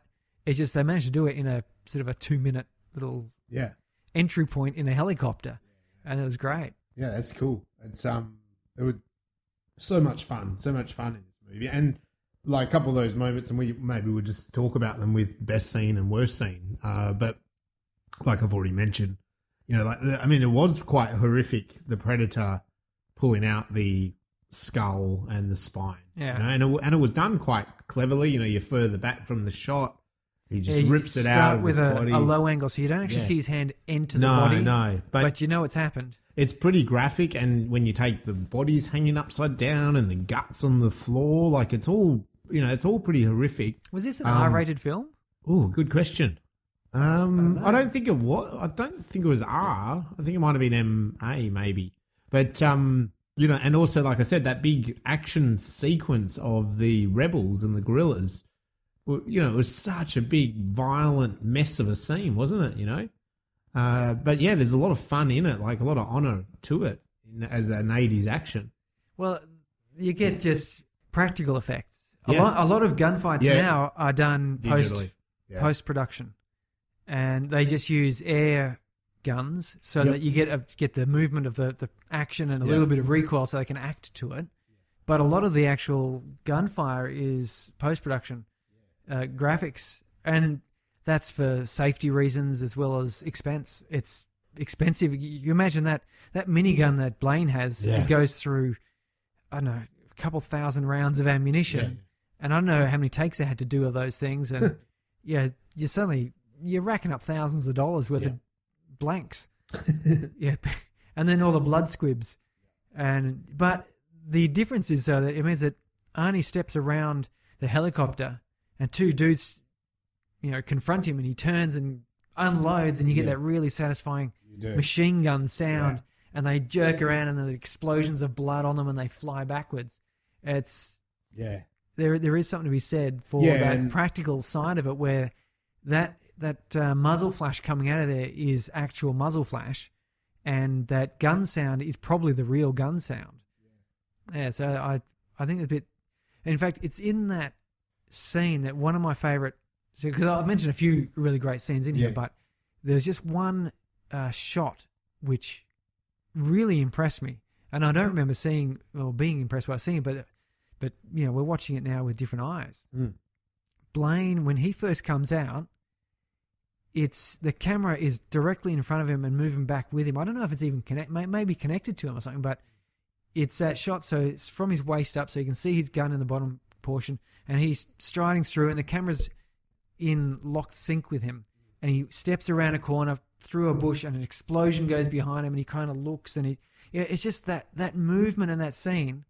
I dare you to go have a look at that. It's sort of in the first part of the attack sequence, it's just so beautifully framed. The explosion is so perfect behind him, and the way he reacts and looks, and the way the camera is centered on him.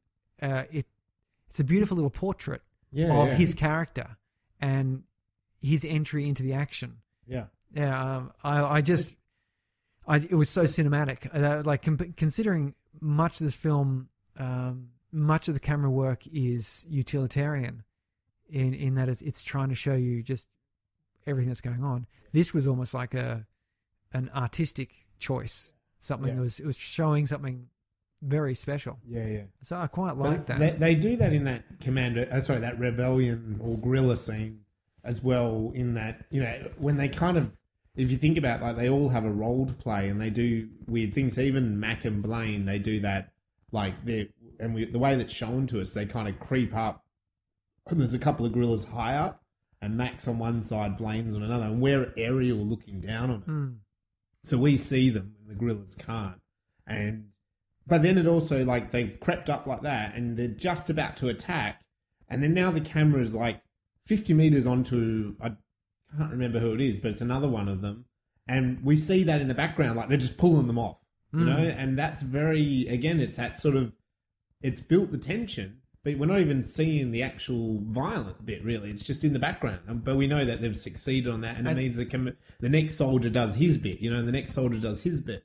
And the camera there, it actually rotates around, so it films one person that pulls the soldier down, and it rolls up to Dylan, who's overlooking and sort of nods and points whatever, and so Arnie goes, okay, do his thing, and he goes down, and they're all rolling out, and that's just action. One scene, one sequence of the camera panning around, looking at everything. Is beautifully done. Yeah, really nicely done. I mean, that scene to me, I mean, in many ways is just it's kind of not really sci-fi, and it's not really about the Predator as such, but it's such a good scene, that scene. It's also great because it's so satisfying. The sound of the guns is so chunky. Yeah. And people are, like I said, having blood explosions come out, and they're flying about the place, and they're on fire. Like, they're being effective because there's so many action scenes. And I was watching Z Nation. Right. Yeah, I've seen a bit of that. And they're terrible for this. And The Walking Dead did this too as well, where there's people maybe 5 meters apart firing at each other with machine guns.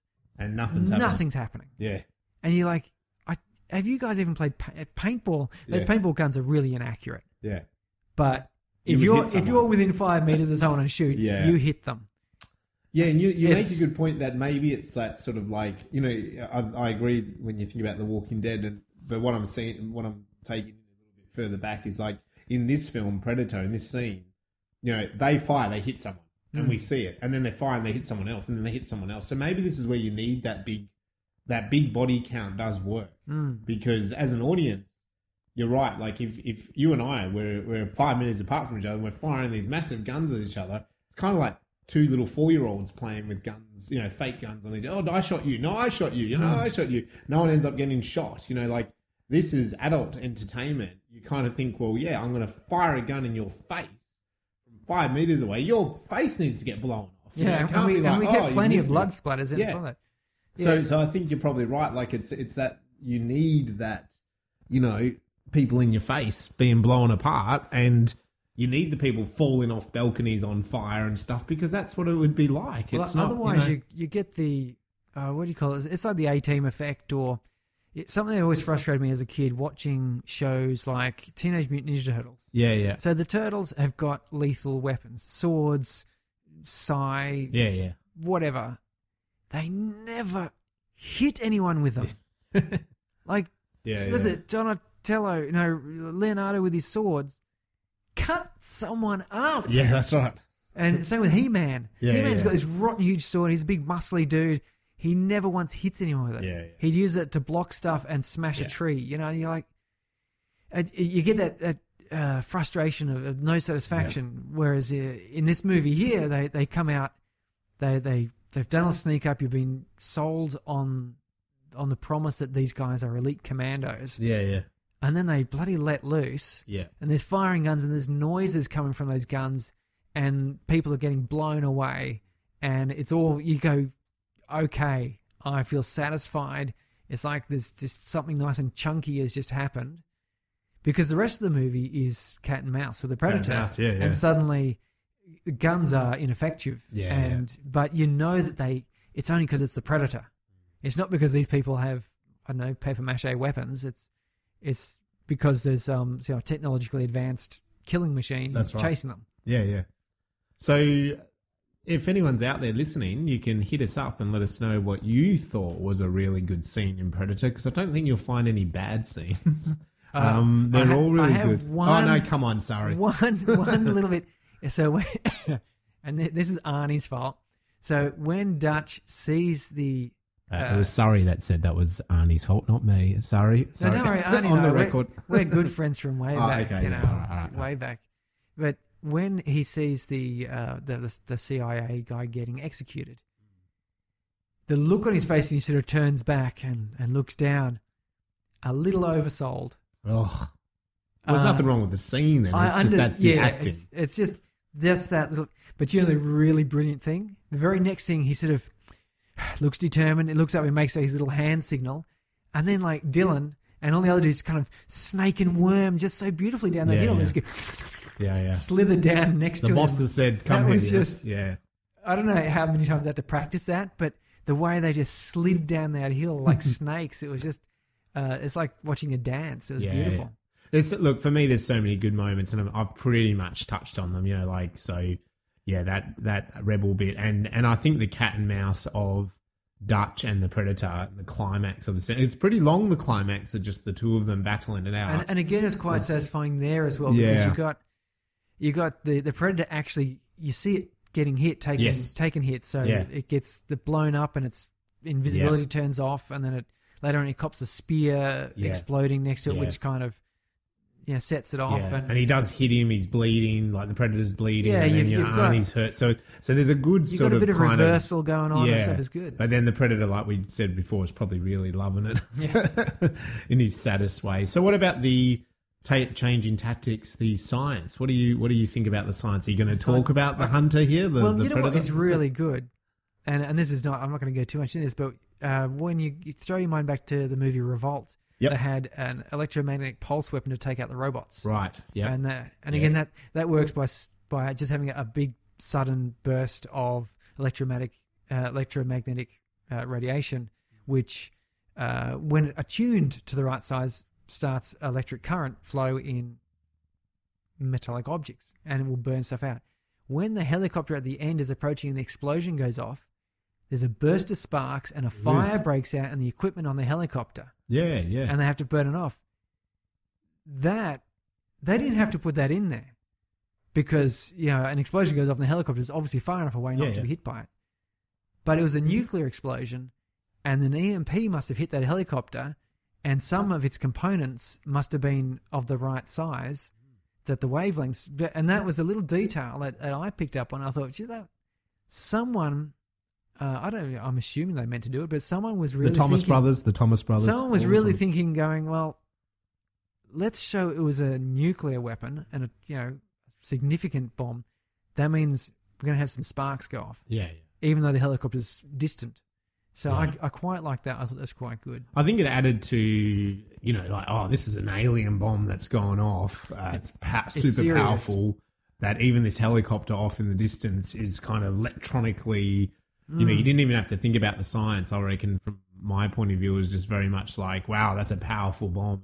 It's pretty serious going on there. And also adds to, this helicopter might also crash, so it adds to the drama, doesn't it? But this alien here was making use of metamaterials with his invisibility cloak. We spoke about that with After Earth and his color-changing suit. Yeah, that's true. Because we're doing research trying to come up with the cloaking device, and we can create a very small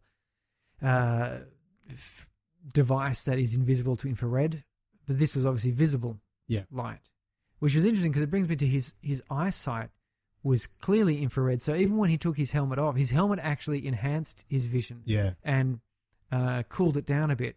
Yeah. So without it on, it was very red and fuzzy. It wasn't great, which means that Alien's homeworld, where he evolved, must obviously have been bathed in light predominantly in the lower spectrum.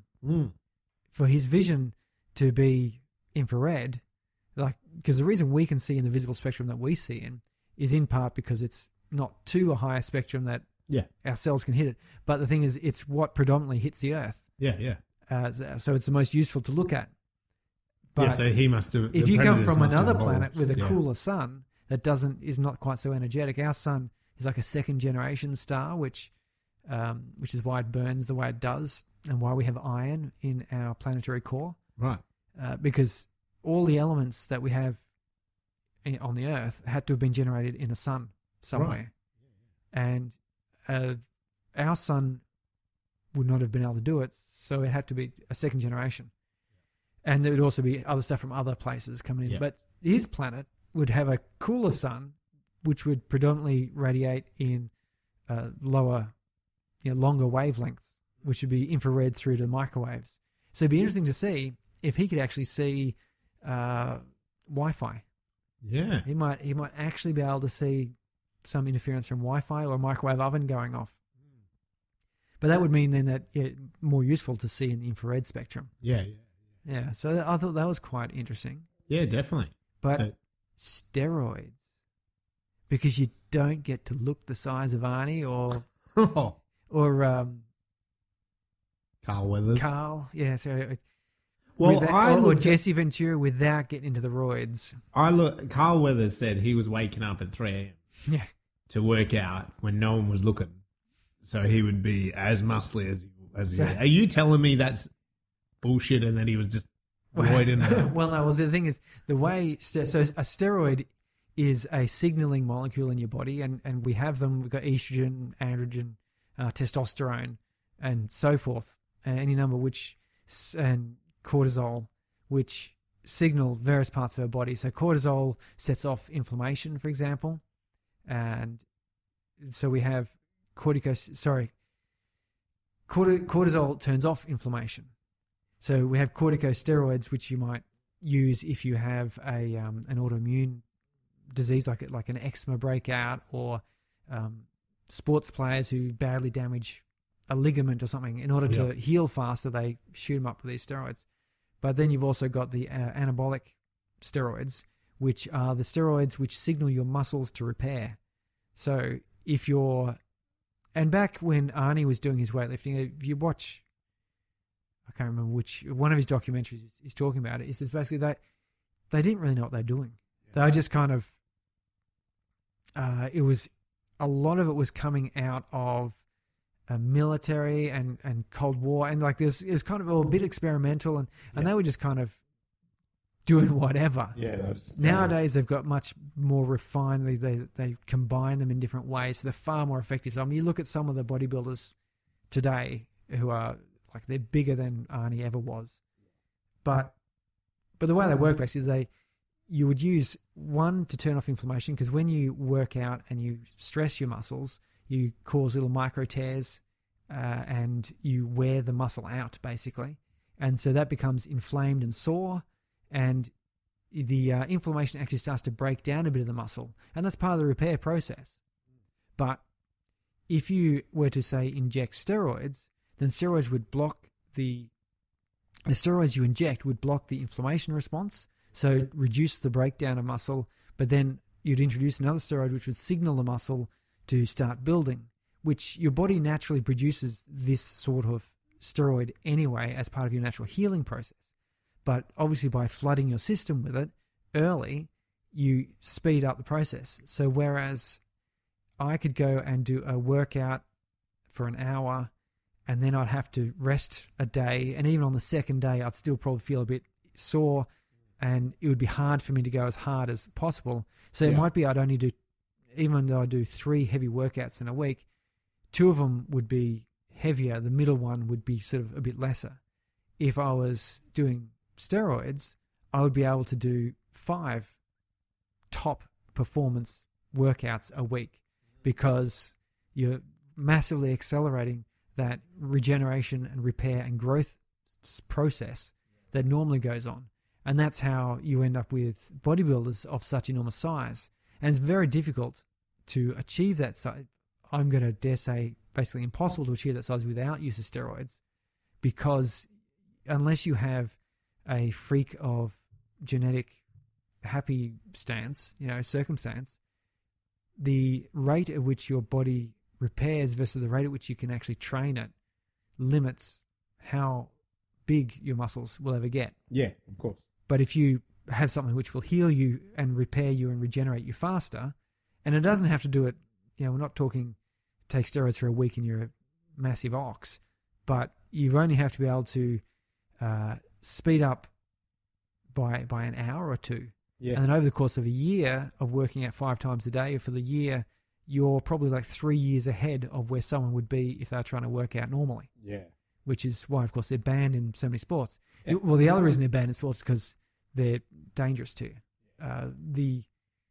Your body is, generally speaking, carefully balanced to operate under certain conditions. You go and introduce a whole bunch of particular steroids, and because they don't just affect muscle growth.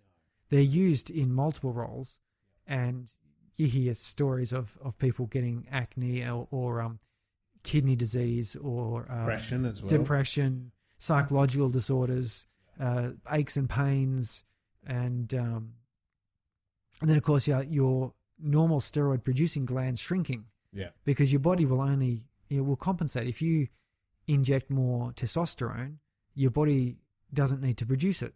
So your testes will shrink. Yeah. Because they go, wow, you don't need us anymore. Yeah. And so testosterone, for example, is used for people who have, problems with their testes. Maybe they've had cancer, they've had them removed. Yeah. And so they take testosterone in order to maintain their balance. Yeah, yeah. But if you overbalance it, so it's not great. And Arnold Schwarzenegger has, in fact, suffered for it.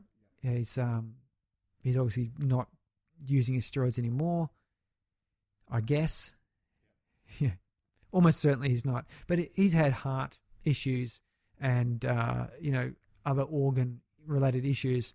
I suspect, though, the fact that he's actually still alive and moving about, he's probably, cleaned up and behaving himself in those terms there. But, yeah, so steroids are quite interesting. Moving, though, into the future, we're looking at genes that express muscle growth. Yeah, right. So there have been natural mutants, and I use that term in the friendly scientist fashion as opposed to in the weird superhero fashion. But it is kind of a superhero thing. It is, because there's the myostatin gene, which is the double muscle gene, as it's called. So the Belgian blue cattle, go have a look at them. They're freaks of nature. Yeah. Literally, they are freaks of nature. But humans also get this same mutation. And so when you get two parents both with this mutation, it can become non-recessive. It will express or can express in the child. And there's a child of a couple. I want to say they're both German Olympians, but I know one of them is a German sprinter, and the other one's a high jump, I think. Okay. So they're top Olympic level athletes. Yep. So clearly genetically good. Their child, there was a picture of them going around. Muscles. Like abs, like a little baby with notable muscles. And as a result, this has got a good bit of fame because it's really unusual. It's hyper unusual to get this gene expression. Of course.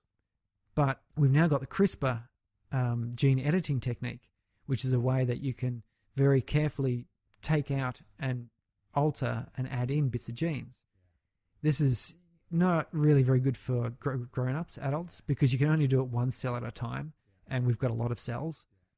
But when you're looking at a baby embryo, at the point where it's just 1 or 2 cells, you can actually stick it in, and then that gene alteration will be throughout the entire child. Yeah. Which means you've introduced a new lineage.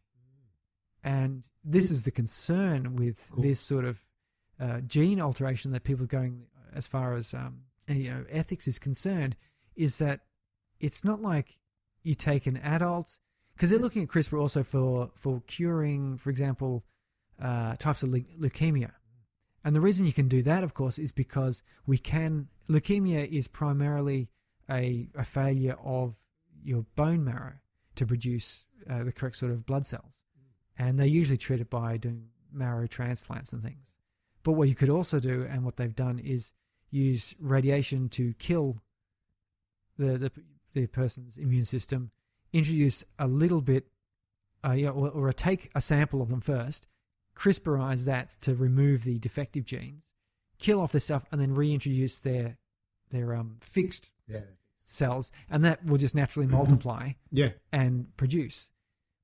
And that's fine, because an adult or a living human can consent to that. Yeah. And it also doesn't then go throughout the whole body. They're not altering that bloodline, basically. You go and alter a child, a baby, first of all, they can't consent. And you don't really know what the outcome's going to be. No. And you've also now, their offspring are going to carry this as well. And, you could end up killing humans. Yeah. Or creating zombies. Or you might do nothing. But it's that problem, is that there's no one gets an informed choice in it. The little baby can't say, yeah.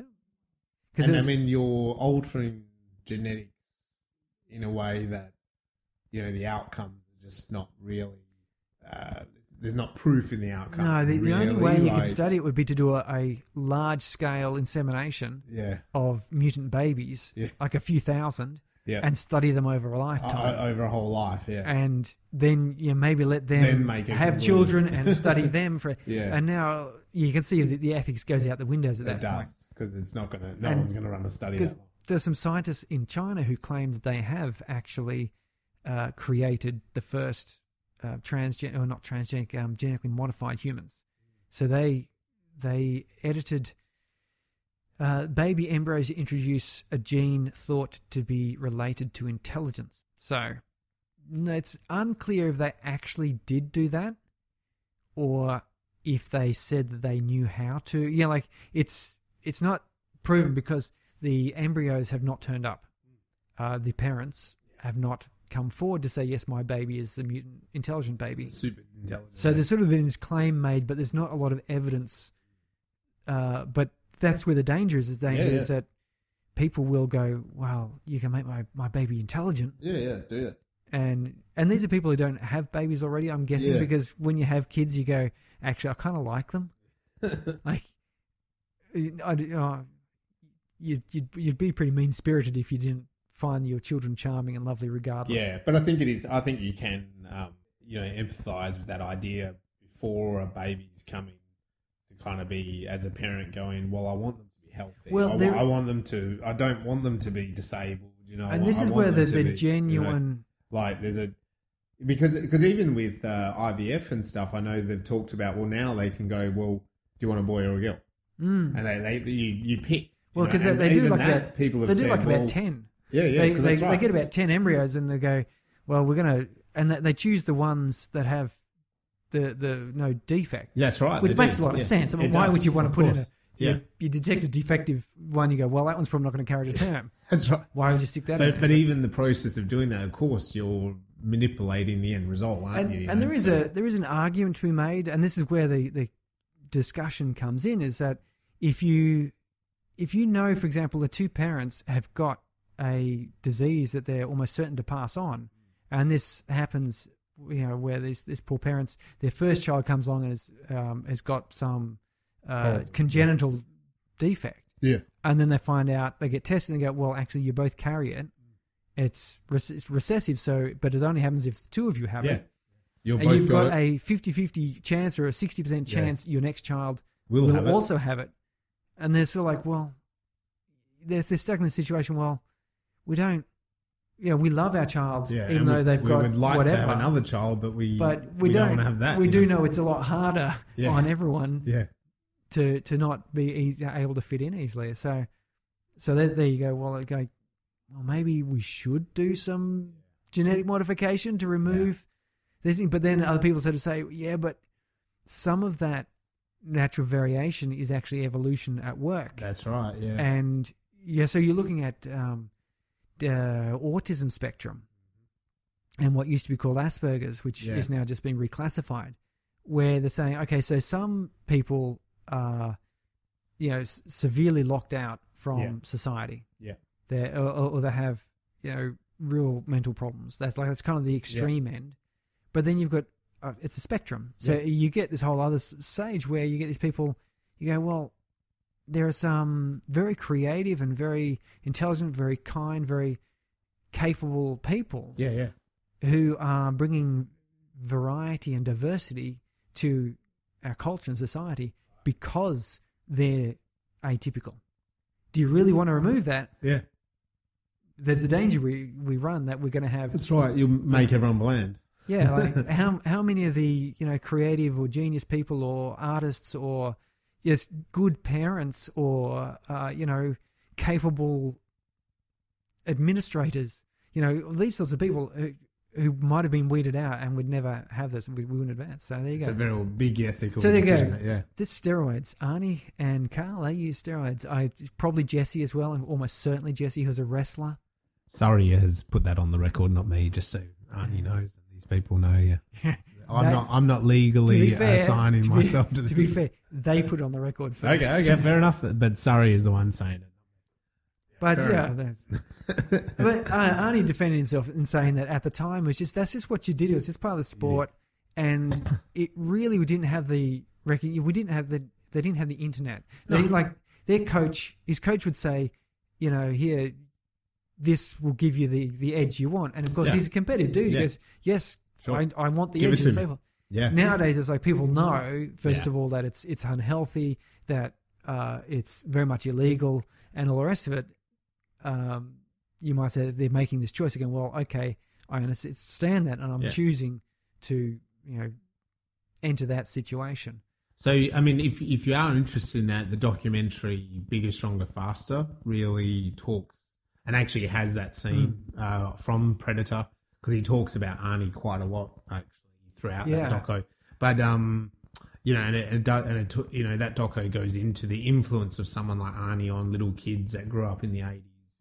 And the fact that even today, his, whatever it is, the strongman competition, I think is Arnie's competition in California. He gives the example in that film, and I mean, that film's maybe about 10 years old, that the guy that wins it that year is shorter than Arnie and bigger than Arnie was in his heyday when he won Mr. Universe, which the only way would be possible is basically steroids. Yeah. And yet Arnie and the other promoters are still saying, oh, this guy's the best. Look at him. Look how muscly he is. And it's like, well, the only way for him to get to that point would be steroids, Yeah. And in that film, they talk about some of those sports like cycling and weightlifting. But it's a good documentary. Some of that stuff you've mentioned tonight about that. Pumping Iron is Arnold Schwarzenegger's. Well, it's about that, that's the documentary that he and Lou Ferrigno and Coleman, I think. Okay, look, I could just be talking about us, but certainly Lou Ferrigno and Arnold Schwarzenegger. Lou Ferrigno was the Incredible Hulk. Yeah, you know him from that. They were in that movie, that documentary about the big craze at the time. It was really prominent, the bodybuilding sport. I mean, nowadays. You could sort of have to be in the scene to get back in the day. You knew these people, particularly then when Arnie went on to a movie career. It's just wow, bodybuilding was like the place to be, which is why I have the physique I have today. Fair enough. Look, some of the film stuff we've spoken about. Yeah, so some of the film stuff I thought sound wise was really incredible. I think. Sound in this scape, like you mentioned, the guns shots and stuff like that, great. Those kind of choices of the music in those moments, like the helicopter come in, it was really upbeat, it was really intense. The tonal sound of the music was really interesting. The only song, of course, is that Little Richard song, Long Tail Sally, which to me, there's that juxtaposition, as you said, it's like a bounce-up song for the soldiers going in. How long it plays out is interesting. It's a song, and it's also a song in the scene, as in, they control the sound of it. So that's kind of cool. But there's a nice juxtaposition for that Oh Baby song to what's happening. Also with the sound, like if you go right at the start, it's quite eerie and scary when it's in outer space. And yet then when it cuts to the helicopter coming, it's a real upbeat tonal, serious, There's military sort of kind is of the theme, the Predator theme music. You could almost say. Yeah. When I say theme, is thematic. It has that little orchestral hit throughout. Yep. The movie. The other thing is with sound, like the soundscape, like when they first kind of they get off the chopper and they're in the jungle. Like the jungle sound-wise is a real kind of, it's a noisy soundscape, and I don't know if scary is the right word, but there's a lot of foreign sounds going on, like birds and bugs, and sounds of the trees and stuff like that. And I think as the film progressed, that died down, so it became more about the predator. But at the start, it was very much like we're in the thick of this jungle, and it's very foreign to what these guys were used to. Also, then as it moved along, the music had a lot of drum marching kind of sound to it, so very militaristic, so like, the good old drum sound. On top of that, when the Predator, I mentioned before, when we had those point of views, you had things like, you did hear his breathing, you did see and hear the stuff that he was recording. So they put in a fair bit of effort with that sort of soundscape, that this was some sort of, electronic devices recording and taking on stuff, even though it wasn't like we're looking in a traditional Western camera or anything, or human camera. It was a bit foreign, but I think the sound was really good. Also, then we have that Predator sound, don't we? It's kind of a clicky clacky kind of sound. It's a weird sound. I'm not sure exactly. I didn't see online people talking about how they created that. Peter Cullen, the voice actor. Voice actor created. He was the voice actor. Oh, jeez. Well, he did a card. Optimus Prime and the Transformers. Oh, okay. Yeah, so he created the clicky, clacky sound for the Predator as well. Yeah, so it's a cool sound, and it's used, like any film, like Alien and stuff, like, and any of these creature films, the sound is a particular way when he's kind of watching them, then it changes a bit when he's hunting, then it's, in the silence, it kind of comes around, and yeah, it was cool. To me, that it's had its own little echo going on, which was awesome. I thought with the camera as well, like, when it is the Predator, it really showed how clever the Predator was, because he's up in the canopy like a little monkey, but it's the camera point of view. It's very smooth, So he would have been jumping through those trees, and we do see that later when he's camouflaged, like he's able to jump around. As I said, he's quite Dylan, smooth moving when he grabs even and though swings and things. Yeah, even though he's this big creature, he somehow can jump around. It kind of, I think if you could see him, it must be like one of those like little lemur monkeys, like it's pretty agile. Yeah. And I think with Dylan, that's why I mentioned before, like when he does kill Dylan, he does that 360 around him, and it's really quite bizarre because he kind of comes out of the trees and he sort of circles him really fast. So again, it shows like, that his speed and his agility. But obviously with the camera, there was a lot of tracking. There was a lot of dolly. There was a lot of movement. You mentioned before with Blaine, like the camera being in his zone. We've talked a bit about those other shots as well. So even though they were in, and that's why I was a bit surprised looking at afterwards that it wasn't just a studio film. They were on location. Arnie said we had to stand there all day, like 1 foot lower than the other on a hill in a jungle doing take after take. And it's like, it was pretty taxing on the body. And that's Arnie in his heyday, fitness-wise. And you kind of think, yeah, right, so they were really there. The camera crew has to hold the camera and all the equipment. So they did well for it to be so smooth and polished, considering that they were in that hardcore location, I think. I was so they even added to it. Quite impressed there with some of those running through the jungle scenes. I was wondering how they set that with the camera, because the camera's moving through and there's trees everywhere, and they're actually in the jungle. They're obviously not too far away from their hotel, but it's still... Yeah, so with that, it'd either be tracking or dollying or cranes, So, drones back in this day. So if this was shot now, they would use a lot of drones, but if they wanted that same effect. But, that would have been all cranes and dollies and tracks. So pretty impressive. All the green screen now. Yeah. They just do it in a studio with green screen. The other thing I thought was colour, and I thought that, again, in the chopper scene, you might have noticed it's very red. Like, they're very red. Yeah, like, the light is red. They just got the red lights on, Yeah, as you say, like, when the Predator watches them, it's the reds and the the heat sensor. So I think there's a bit of foreshadowing. It's also like red can be like murder. Like murder is ahead of all the people in red. They all die, you know, like, so, you know, red is symbolic of blood and murder. So death approaches these guys. It's not very optimistic. So I thought that, that color of red is used throughout pretty heavily. And a film like this does obviously do that, being that it's a lethal, murderous creature in the woods or the jungle, so to speak. So, yeah, that was kind of like the film language I picked up on. So, yeah, and I mean, I think the film does delve a little bit into that idea of, you know, who is hunted. And I mean, you could take the US military, and this is me on the record, like, you know, they got involved in some dicey politics, definitely under Nixon, Ronald Reagan.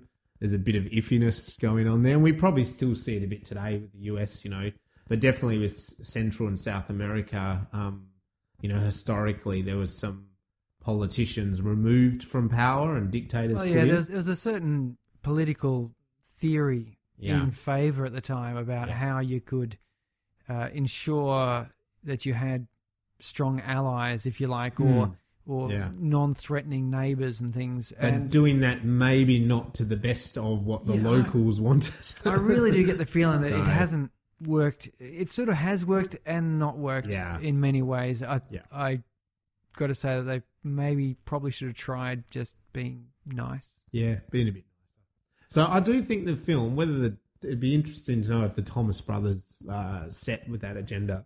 But I think you could see parallels between who gets hunted. You know, the hunter getting hunted by something that's a bit more powerful, and maybe symbolically, you know, that's the tradition was the US was the predator. You know what I mean? Like the US comes in and they're the powerful machine. They've got things that are more powerful, better technology, you know, better capability, better trained soldiers, and of course them versus guerrillas or anything in the jungle, other rebels, you know, you're going to get annihilated. You know, we might see that with China and Hong Kong. You know, if the protesters keep going, China's probably going to have to do something about it, you know. So the power of the might of US back in these days in these sorts of countries, I think maybe there was a bit of that impression that what would happen if all of a sudden something more powerful came on top of you, you know. In this case, it's the predator. And because the predator is so cocky about it, you know, he likes it. He enjoys this, you know, and I think there's a little bit of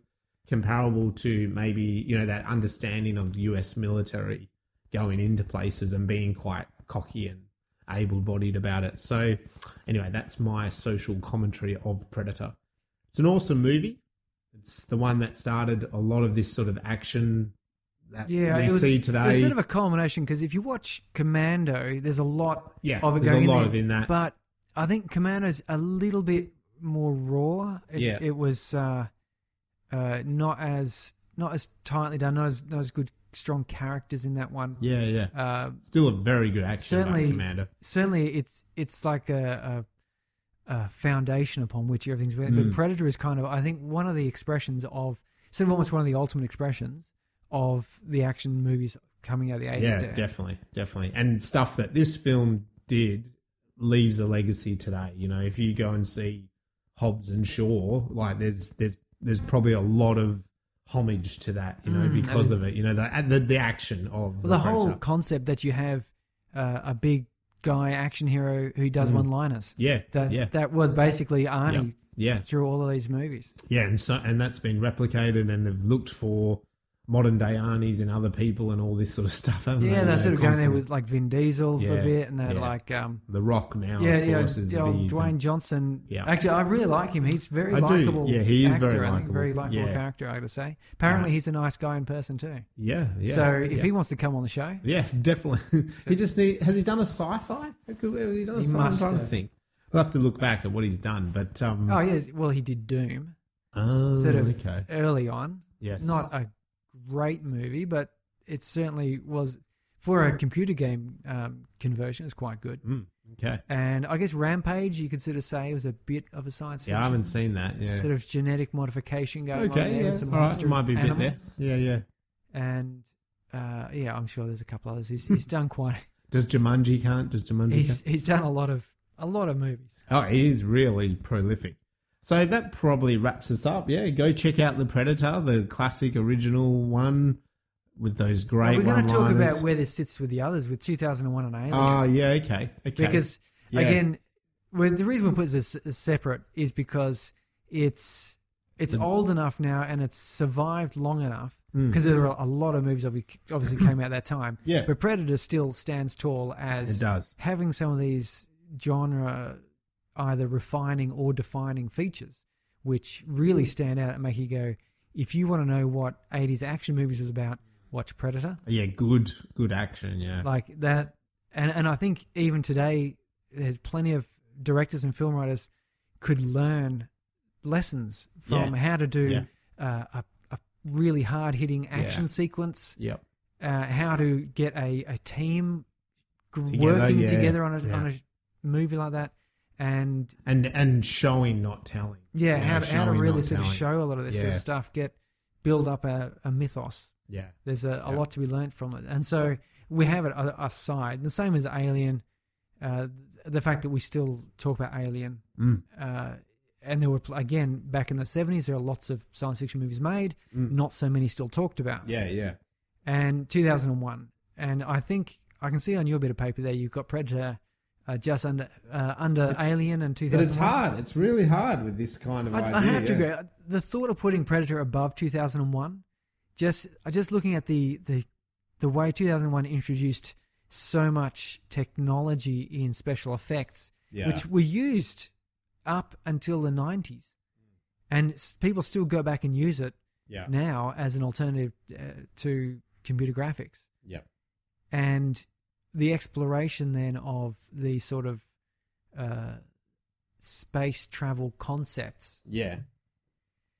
And and likewise sort of Alien. My justification for it's really hard. When I wrote this down, it was very hard. Yeah. Because I'd come out of going, that was so much fun, Predator.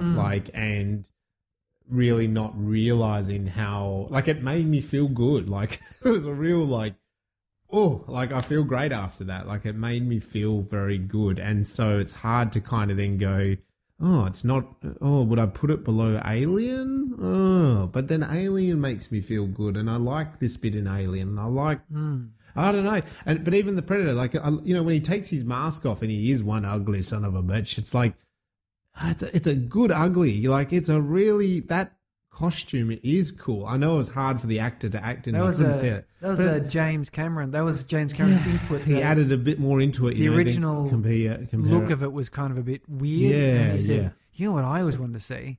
Was something with mandibles. Yeah. Yeah. But it's that was the thing. I remember being a kid and being freaked out, and even watching it now, it's like, it's those little. Its mouth is gross. Yeah, the way it opens up, flares out, reveals the teeth. And it's like the cheeks are pulled apart. Oh, it's gross. Yeah. But then you think the alien with the little head inside its own mouth, but I think this is my justification. I'm just going to go for it. 2001.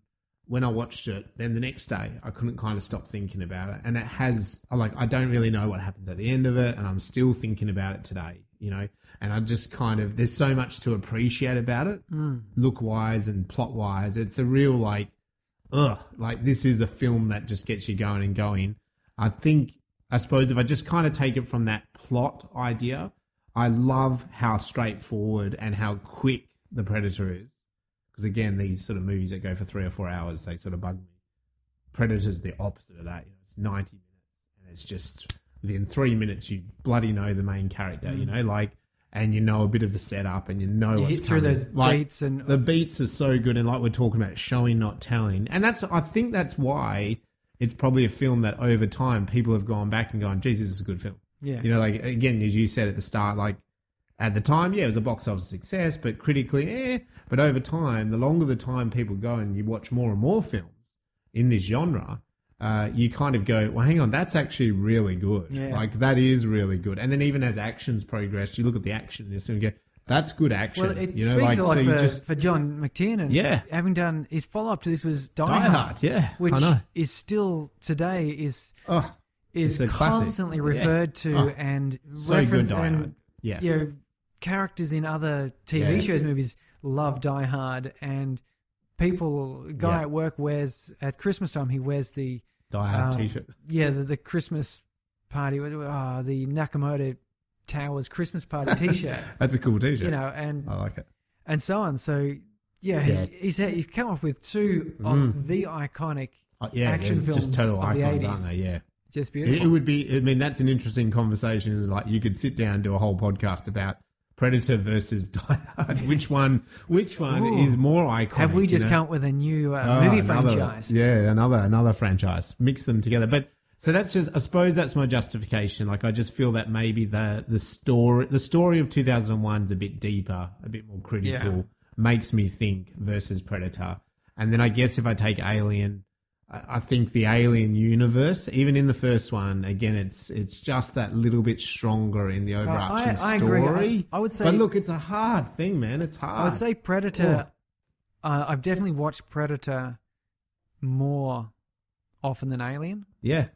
But as I said, watching Alien again the other day, a few weeks back, whenever it was, the beauty of the camera and the images being shown opened up. It really made me think of a universe. You can see this world. Yeah. So lovely. And in fact, Predator 2 introduces a bit more world. It does, yeah. And you realise that the world that Predator exists in is not quite our world. Yeah. It's a little bit different. Like the Los Angeles, the whole gang situation is a little bit more rough and tumble. Yeah. But yeah, so we've only got 3 there at the moment: Alien, Predator, 2001. And I think we're going to have to, at some stage, do the sequel to Alien, because that's... Aliens, yeah. That's listed... It's another classic. I know, that might actually be my all-time favourite movie ever. Yeah. It might be. It's hard to say these things. But yeah, so what are we doing next time? The Wandering Earth. That will be our next episode. So check out The Predator. Check out The Wandering Earth so you can catch up with our podcast. Get in touch on all our socials, Instagram, Twitter, and Facebook for Space Brains. At Space Brains Pod on Twitter. At Gravity Undone, you'll get a hold of me particularly. And you can listen to this on Spotify. Instagram is at Space Brains Podcast. Yes, and same with Facebook. And Facebook. Yeah, but it's like if you just start typing in Space Brains. Yeah, there's not a lot of Space Brains out there. We are the Space Brains, sorry. Get in touch. So get in touch and tune in next time. Ciao. See ya.